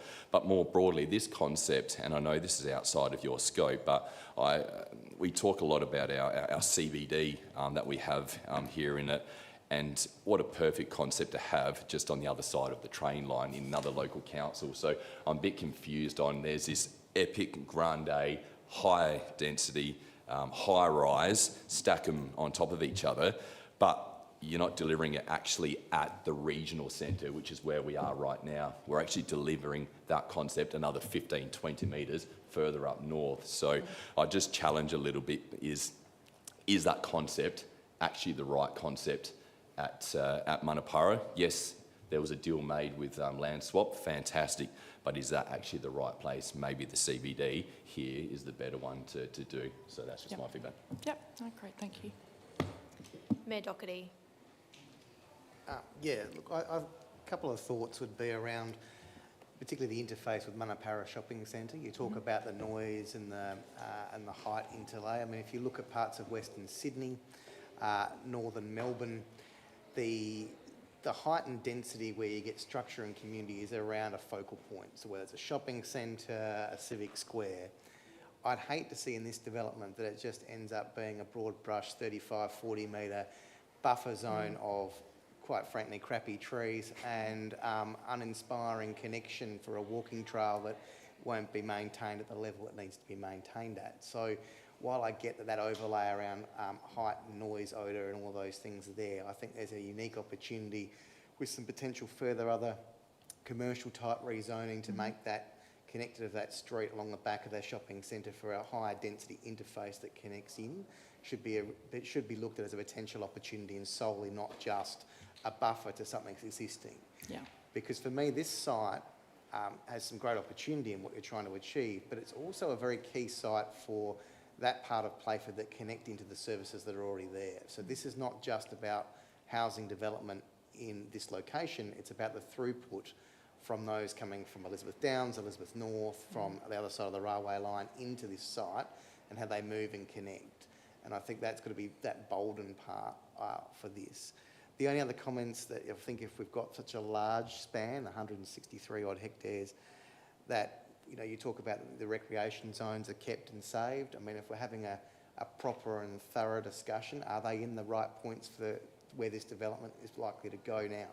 I'm not saying we want to pack up ovals and move them or not move them, but if we're going to be serious about the higher density in the middle, stepping down to a 4-tiered layer if that actually comes to fruition, those recreation points aren't in the logical spots for decent walkability or connection to get to where they are. So, it has to be that reckoning of depending on what you do with that renewal SA land or whether there is that opportunity for potential movement, others, because those recreation spaces could be utilised, I think, better for the internal dynamic of that site more than being on the fringe of that development to get a better outcome.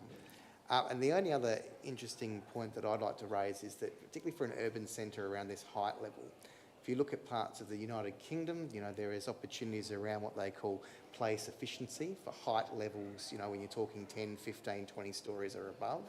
So I'm really interested around any particular design or overlay that if those 15 stories get there, it's a very different type of urban development and a pocket park or a walking trail for your bike is not going to cut it. Yeah. So how that urban and interlinked design of those play and community spaces is really important, because we do not want to go to 1950s UK suburban planning of Manchester and Liverpool, which is whack up public housing in blocks of 15 to 20 stories with a concrete square around it and hope that that's all the play space that you're going to get. So I'd just be really cognizant around if we're going to be doing that, what is that interconnection for community if it's not going to necessarily have the recreational points that we talked about located close by or in that connection and on the fringe, that we just don't end up with just little grass shuttles and a bike track. That would be my only concern with the 15-storey allotment vision, particularly as it's centred in the middle of that development. Councillor Smallwood-Smith. Yes, thank you. I've got a question that's completely out of left field and you may not want to answer it. With all the things that have gone on in that site, and I've lived in the area for 62 years and that's part of my ward there, I'm concerned, have you had that soil tested in that area? Because it's had all defence stuff in there for many, many years and I have a worry in regard to what the soil's like. Yeah, no. So at this point in time, there's only been the high-level sort of desktop analysis. The in-depth interrogation of what the soil, like what's in the soil and any potential hazards and risks and things like that would come sort of at the later stages. So when the time comes for the, sort of that land division process, because that would go into the sort of in-depth testing around what may or may not be there on the site, but also whether or not there are areas that require remediation, how that remediation would be managed under sort of the environment protection legislation and things like that. So there's quite an in-depth process that would be required to be able to do that. And then if they did find that there was something of concern, there would be a separate process that they would have to follow to either be able to develop the land for a sensitive use, so for housing or something like that, or they'd have to treat it and maybe cap it and use it for something else. So there has been a high level done at this point, but the in-depth investigations occur sort of later in the process at this stage. Does anyone else have any questions? No? If not, thank you for your time. Thank you. Oh, Mr. Patterson. I'd just like to thank Nadia for her presentation. Just for your information, we are bringing a draft submission for your consideration at Council next week. The issues you've raised are pretty much all outlined within the submission. Thank you. So moving on to item 6.2, we have a presentation on Urban 95 and UK learnings by Mayor Glenn Docherty and Ms. Cassiano.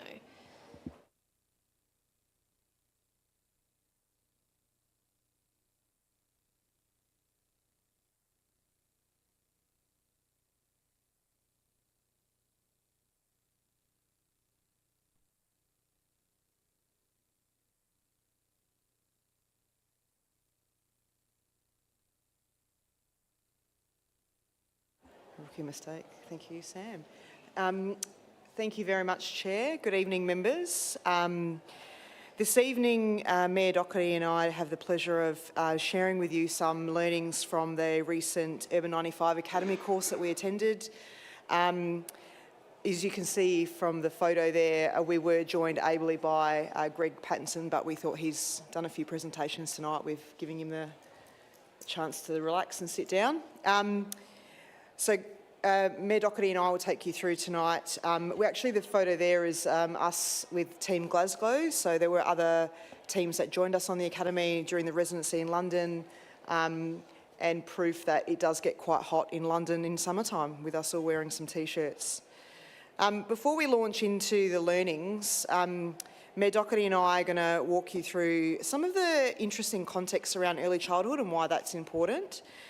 So in the city of Playford, as we sit here this evening, there are approximately 8,000 children in the age of 0 to 4, which is a very small bracket, but nonetheless quite a number of children living in Playford, which is 1.5 times higher than Greater Adelaide. So, as you know, young community.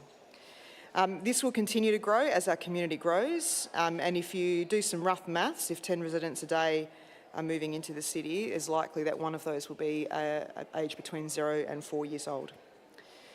Some of the challenges that we will talk more about as we go through the presentation, but generally speaking in Playford, the Australian Early Development Census, known as the AECD, the data that is collected nationally is collected every 3 years, and it helps us as a nation and governments determine how children are meeting their milestones. So milestones in terms of development look like social competence, physical health and wellbeing, emotional maturity and language.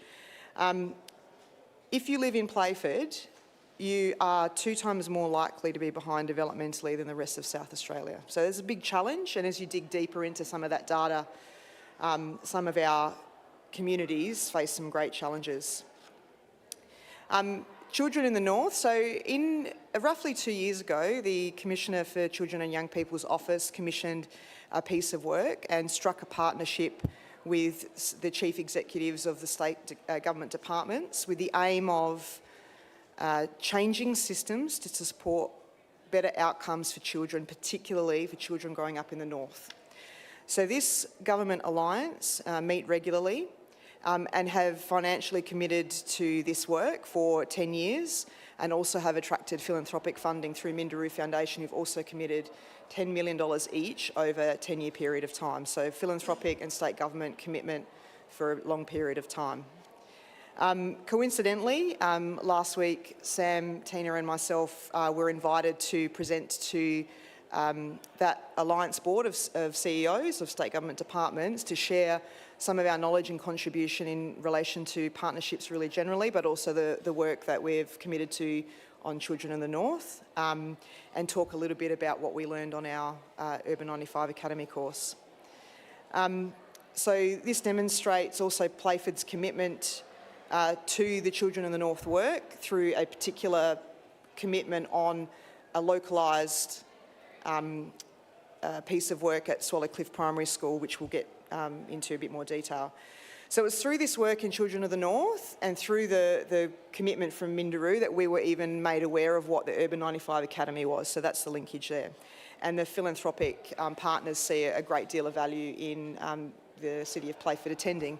The Urban 95 Academy, really briefly, is around gearing up and providing support to councils, municipalities across the world who face challenges in early childhood and giving them the tools to address the challenges. I'm going to hand over to Glenn, who's going to talk a little bit about early childhood development. Well, thanks, Elle. So we know that parents are a child's first teacher, and we know that in our family structures in Playford, that is not always the case, that we have families that are interconnected, with each other, but also with their wider community.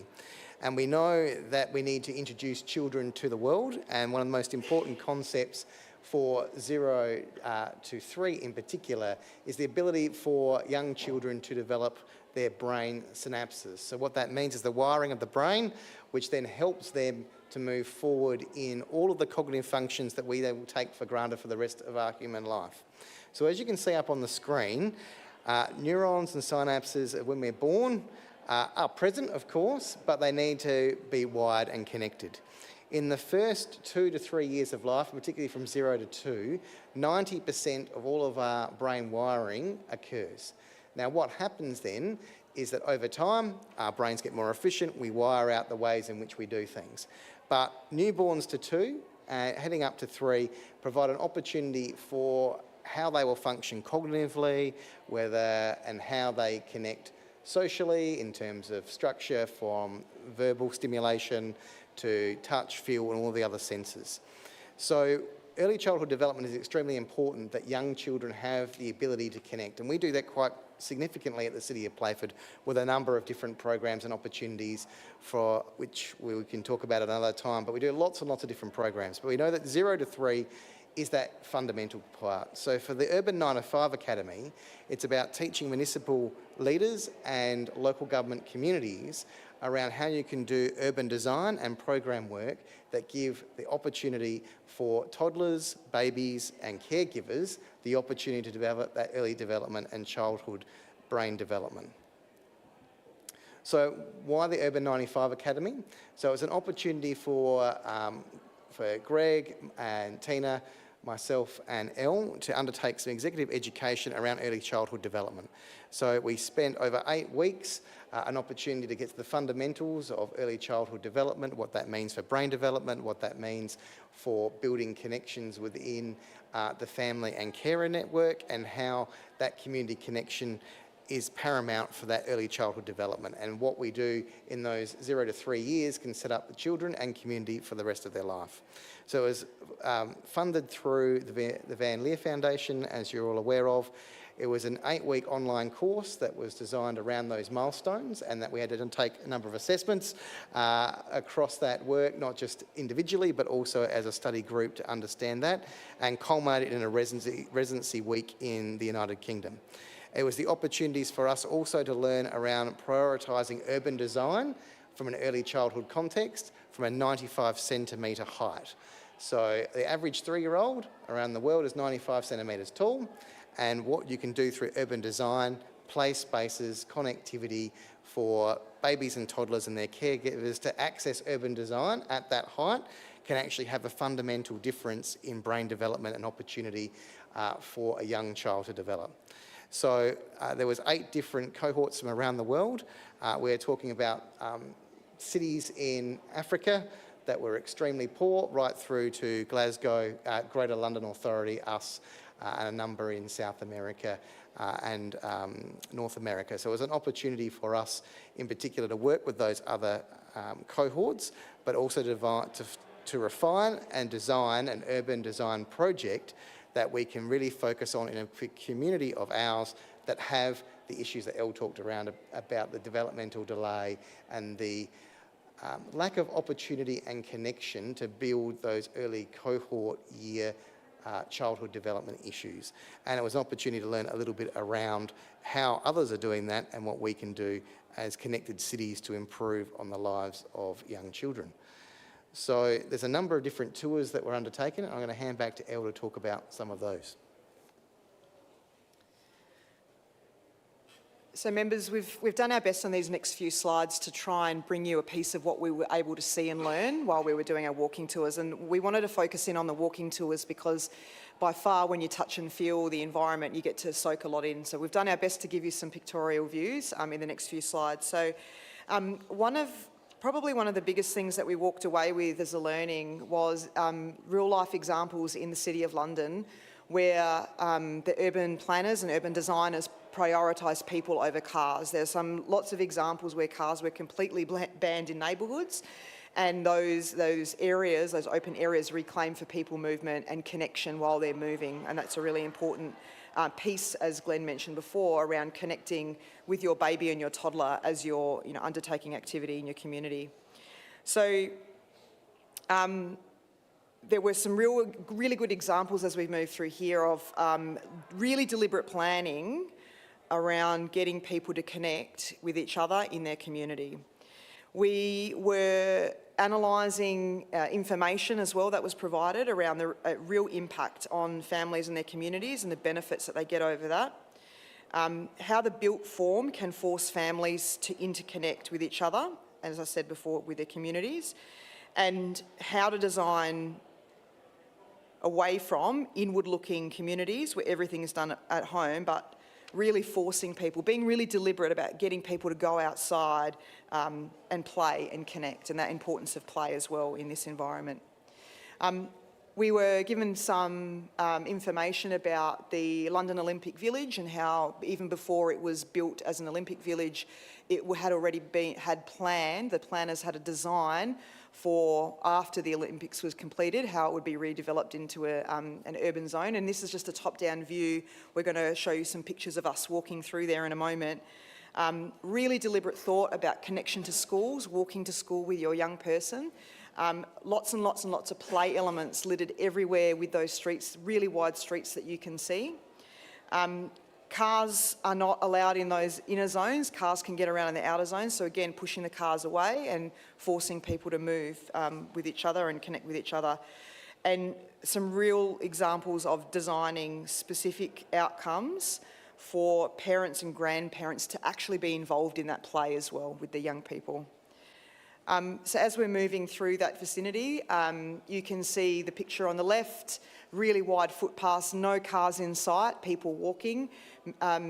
Obviously in London, there's different ways of living, would say high density living, so you can see apartment buildings. Those were actually the repurposed, redeveloped athletes accommodation into residential accommodation now. With retail along the bottom, really wide open spaces, and you can see me stalking a bunch of people picking up some bikes and using the bikes to move through the area. So lots of pickup zones for bikes and scooters. This really wide picture, again, you can see the high density living in the background, but in the foreground, no car in sight, lots of people walking, lots of places to sit, restaurants along the bottom that invite play as well as recreation, lots of ways to sit. There were some playgrounds littered along that area, but that big mound was very deliberately left to just invite play, rolling down the hill, going for a walk with your young person. And Glenn, I'm going to hand back over to you now. So one of the key learnings that we learned was garden and place-based play. So opportunity here in this part of London, as you can see around this park, we're talking 2-storey, sometimes 3-storey development. And this was a design play space to get young children and their family and caregiver out in a community. So this little Sunflower Park was designed for the 0 to 3 in mind, and this was just on the side of a road. Scattered throughout the development, in this development, was the opportunity for particular aim of play for building the opportunity for young people and their brain development and their motor skills and their other skills in terms of their physicality. So as you can see, in and around part of this park, there was opportunities at the right height for young people. In here was lots of activity to play. There was touching things for music and sensory type activities. And as you can see on the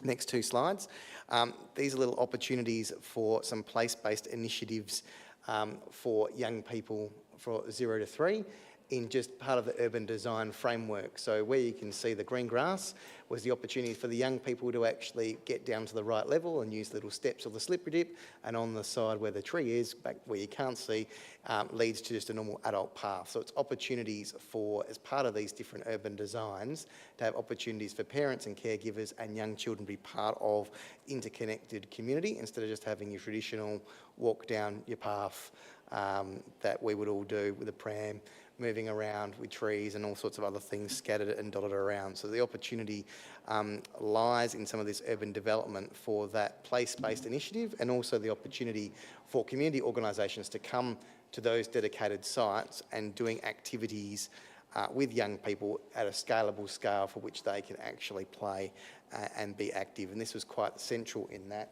urban housing design that we saw as part of this development, that then graduated up to different levels for young people into teenage years with different other recreational activities. But it started off from that 0 to 5 and really did showcase that children and their families were fundamental in that play right out their front door or down the road from everyday occurrence in and around their community.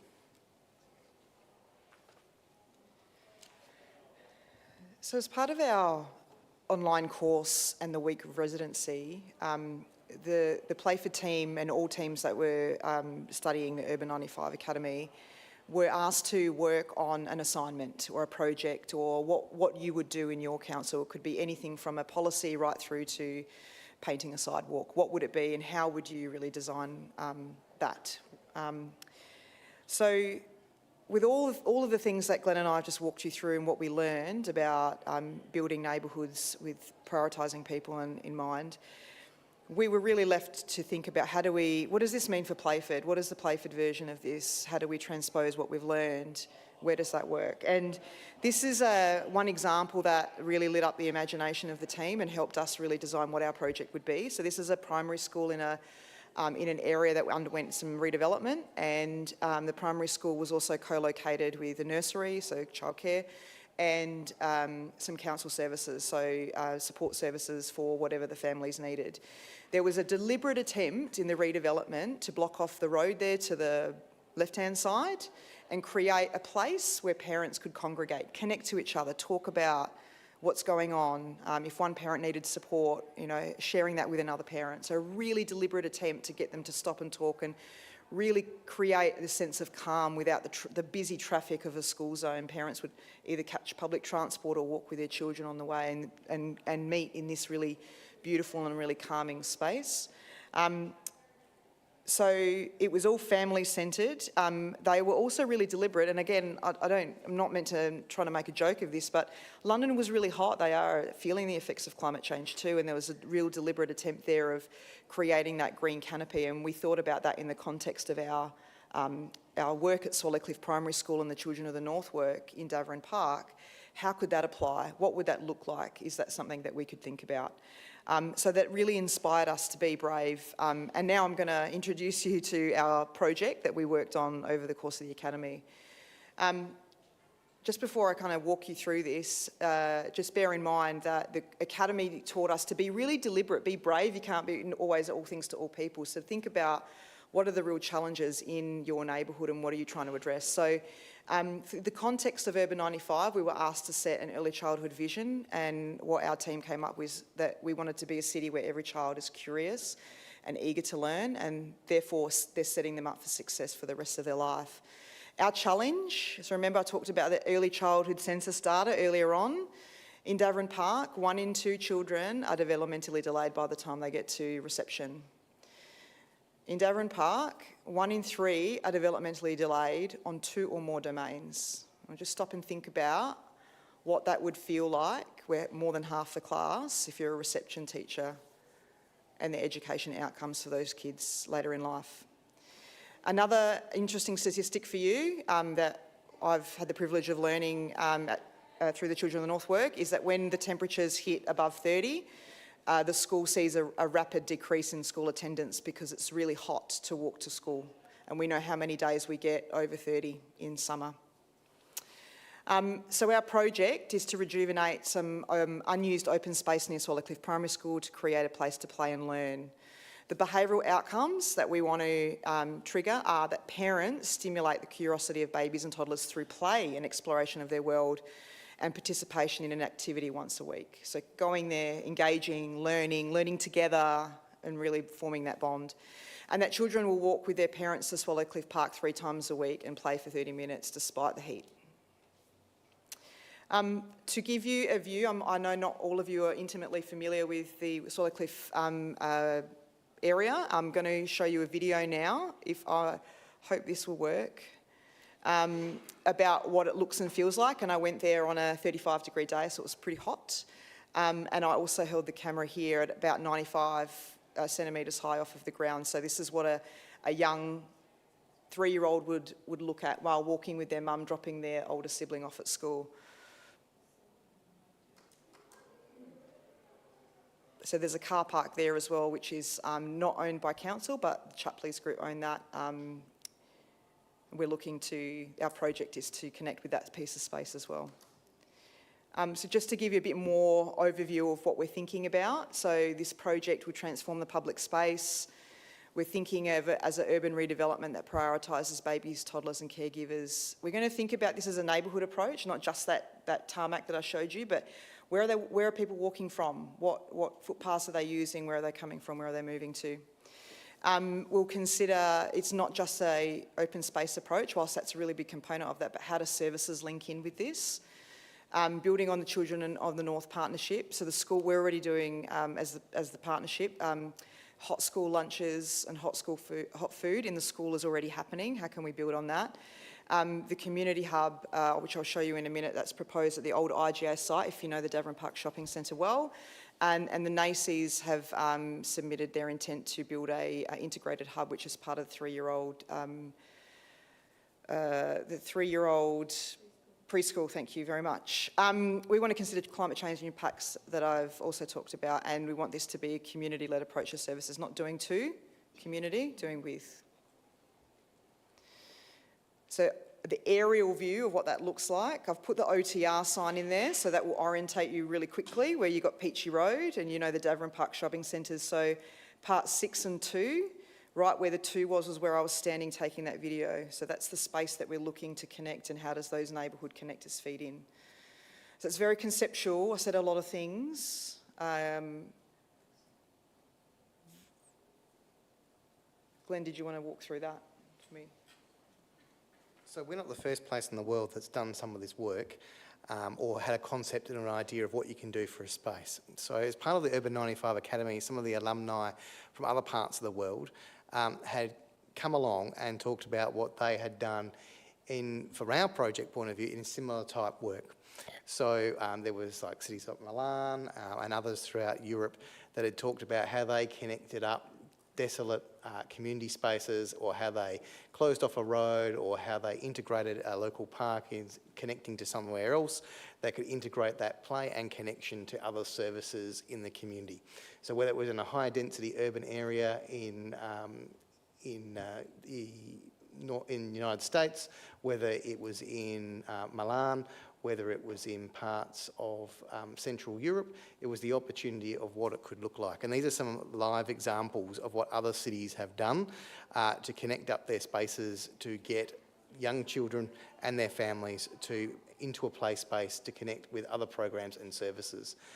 So these are some real life examples of what can be done in a space that was desolate and then has been able to be reworked to become a live activated space, particularly for babies, toddlers and their caregivers, and then reaching up into some of the older age group above 5.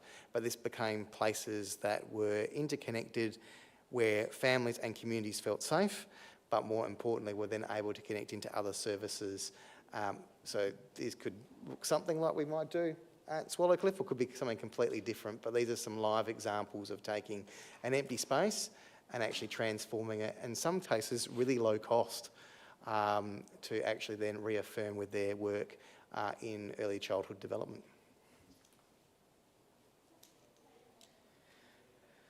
So just before we finish up for tonight, I just wanted to share with you some information of some things that we're already doing in the early childhood space. So we've been activated on this work for a number of years now. So some of the things that we're already undertaking, and this is not additional work, but it's focused on changing the way we work. So the first thing is that we've commenced looking at our work through the lens of early childhood development and identifying areas where we could improve or pivot or just do some very small tweaks here or there to think about things differently. The second element is the planning of developing an early childhood framework. So early childhood specialist who works with me and I have been undertaking a desktop assessment and interviewing other councils who've implemented something similar around how would we embed practices of early childhood development into our everyday work. And really good example of what we've just talked to you today about, which is a place-based approach to strengthen outcomes for young people, and early childhood being the epicentre of that vision. Really finally, we're at the end now, everyone. So what next? So Vince and his team are assisting with the commencement of a Swallow Cliff project concept only to investigate what options we could take. We can fund that through our existing budgets, and that's our contribution to the Children of the North work, and that's our commitment from the Academy as well to develop that concept. And this project is important to the success of outcomes for babies and toddlers in that area. We want to be able to think about projects like this potentially into the future, about building human capital and physical capital to transform communities. And it's also worth saying here, with Minderoo being at the table and the state government being at the table, there's some strong opportunity for funding partners in this work, but we've got to do our due diligence on a concept first to be able to give you any more detail on what that might look like. And we thank you very much. We know it's a bit late, but if you have any questions or comments, happy to take them. Councillor Marsh. Yeah, thanks, Chair. Is this part of a broader scope of us embedding ourselves into enhancing and delivering more for the youth as a council, when us provide services or provide space? This particular piece of work is focused solely on early childhood. There's different developmental needs, so I think it's important to keep them isolated, but remembering that the cohort of young people are the next parents. So there is a linkage there, but the deliberate outcomes that we're looking for this piece of work, which is a discrete piece of work at this stage, are centred around babies, toddlers and their caregivers. So I like the idea of we're yet to embed ourselves permanently into the younger age cohort. I know we're doing the trial there for the community centre where they can come to a safe space.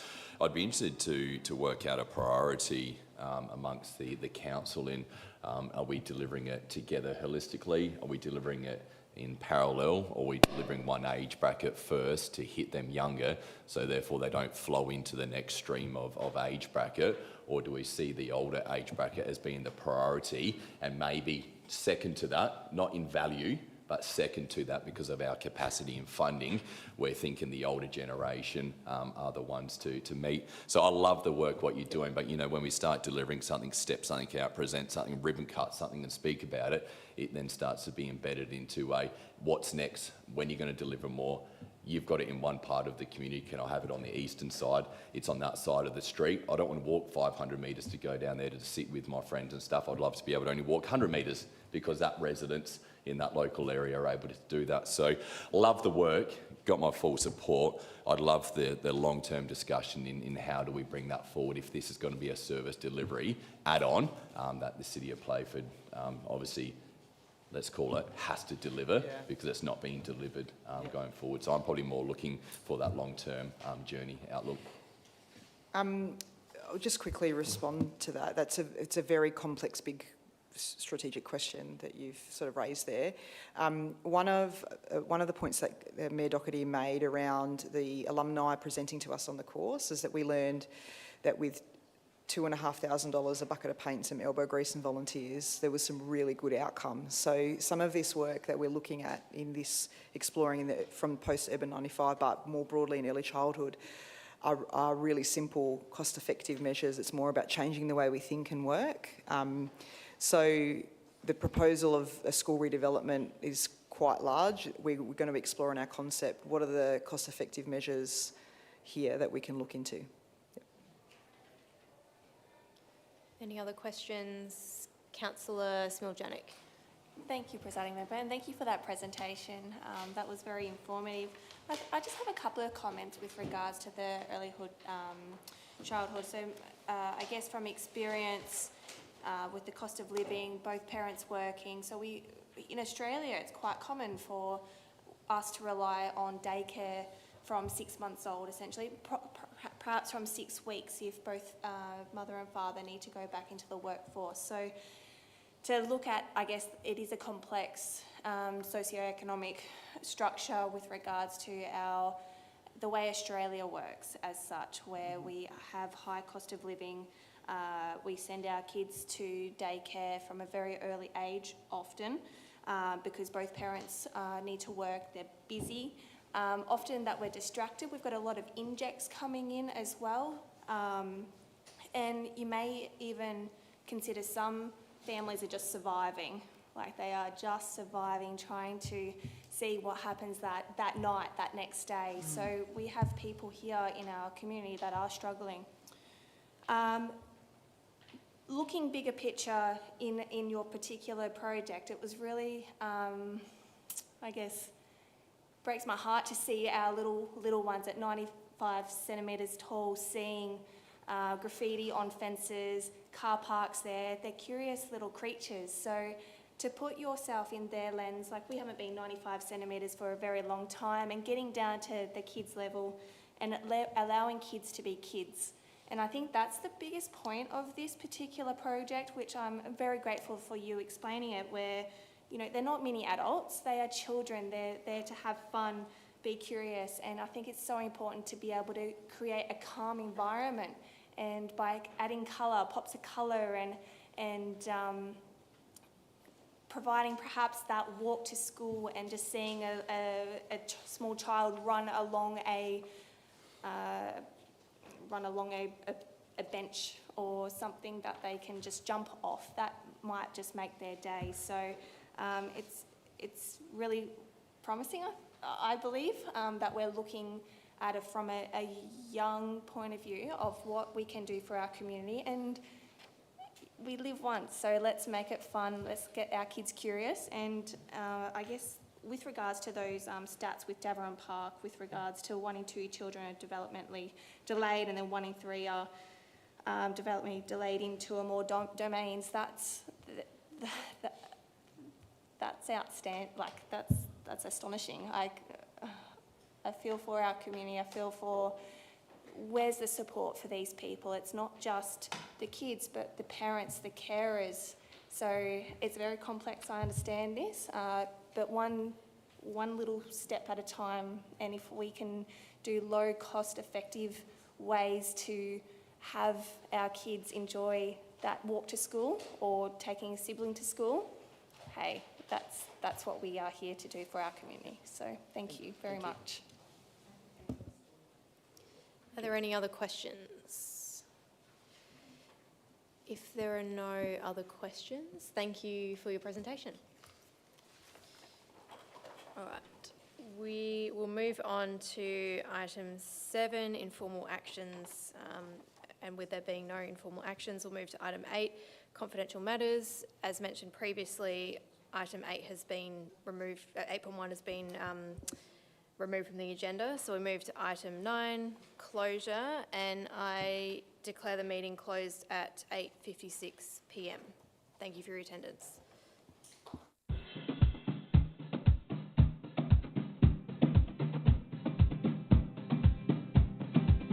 Did you know your food scraps should go in the green bin or a home compost system?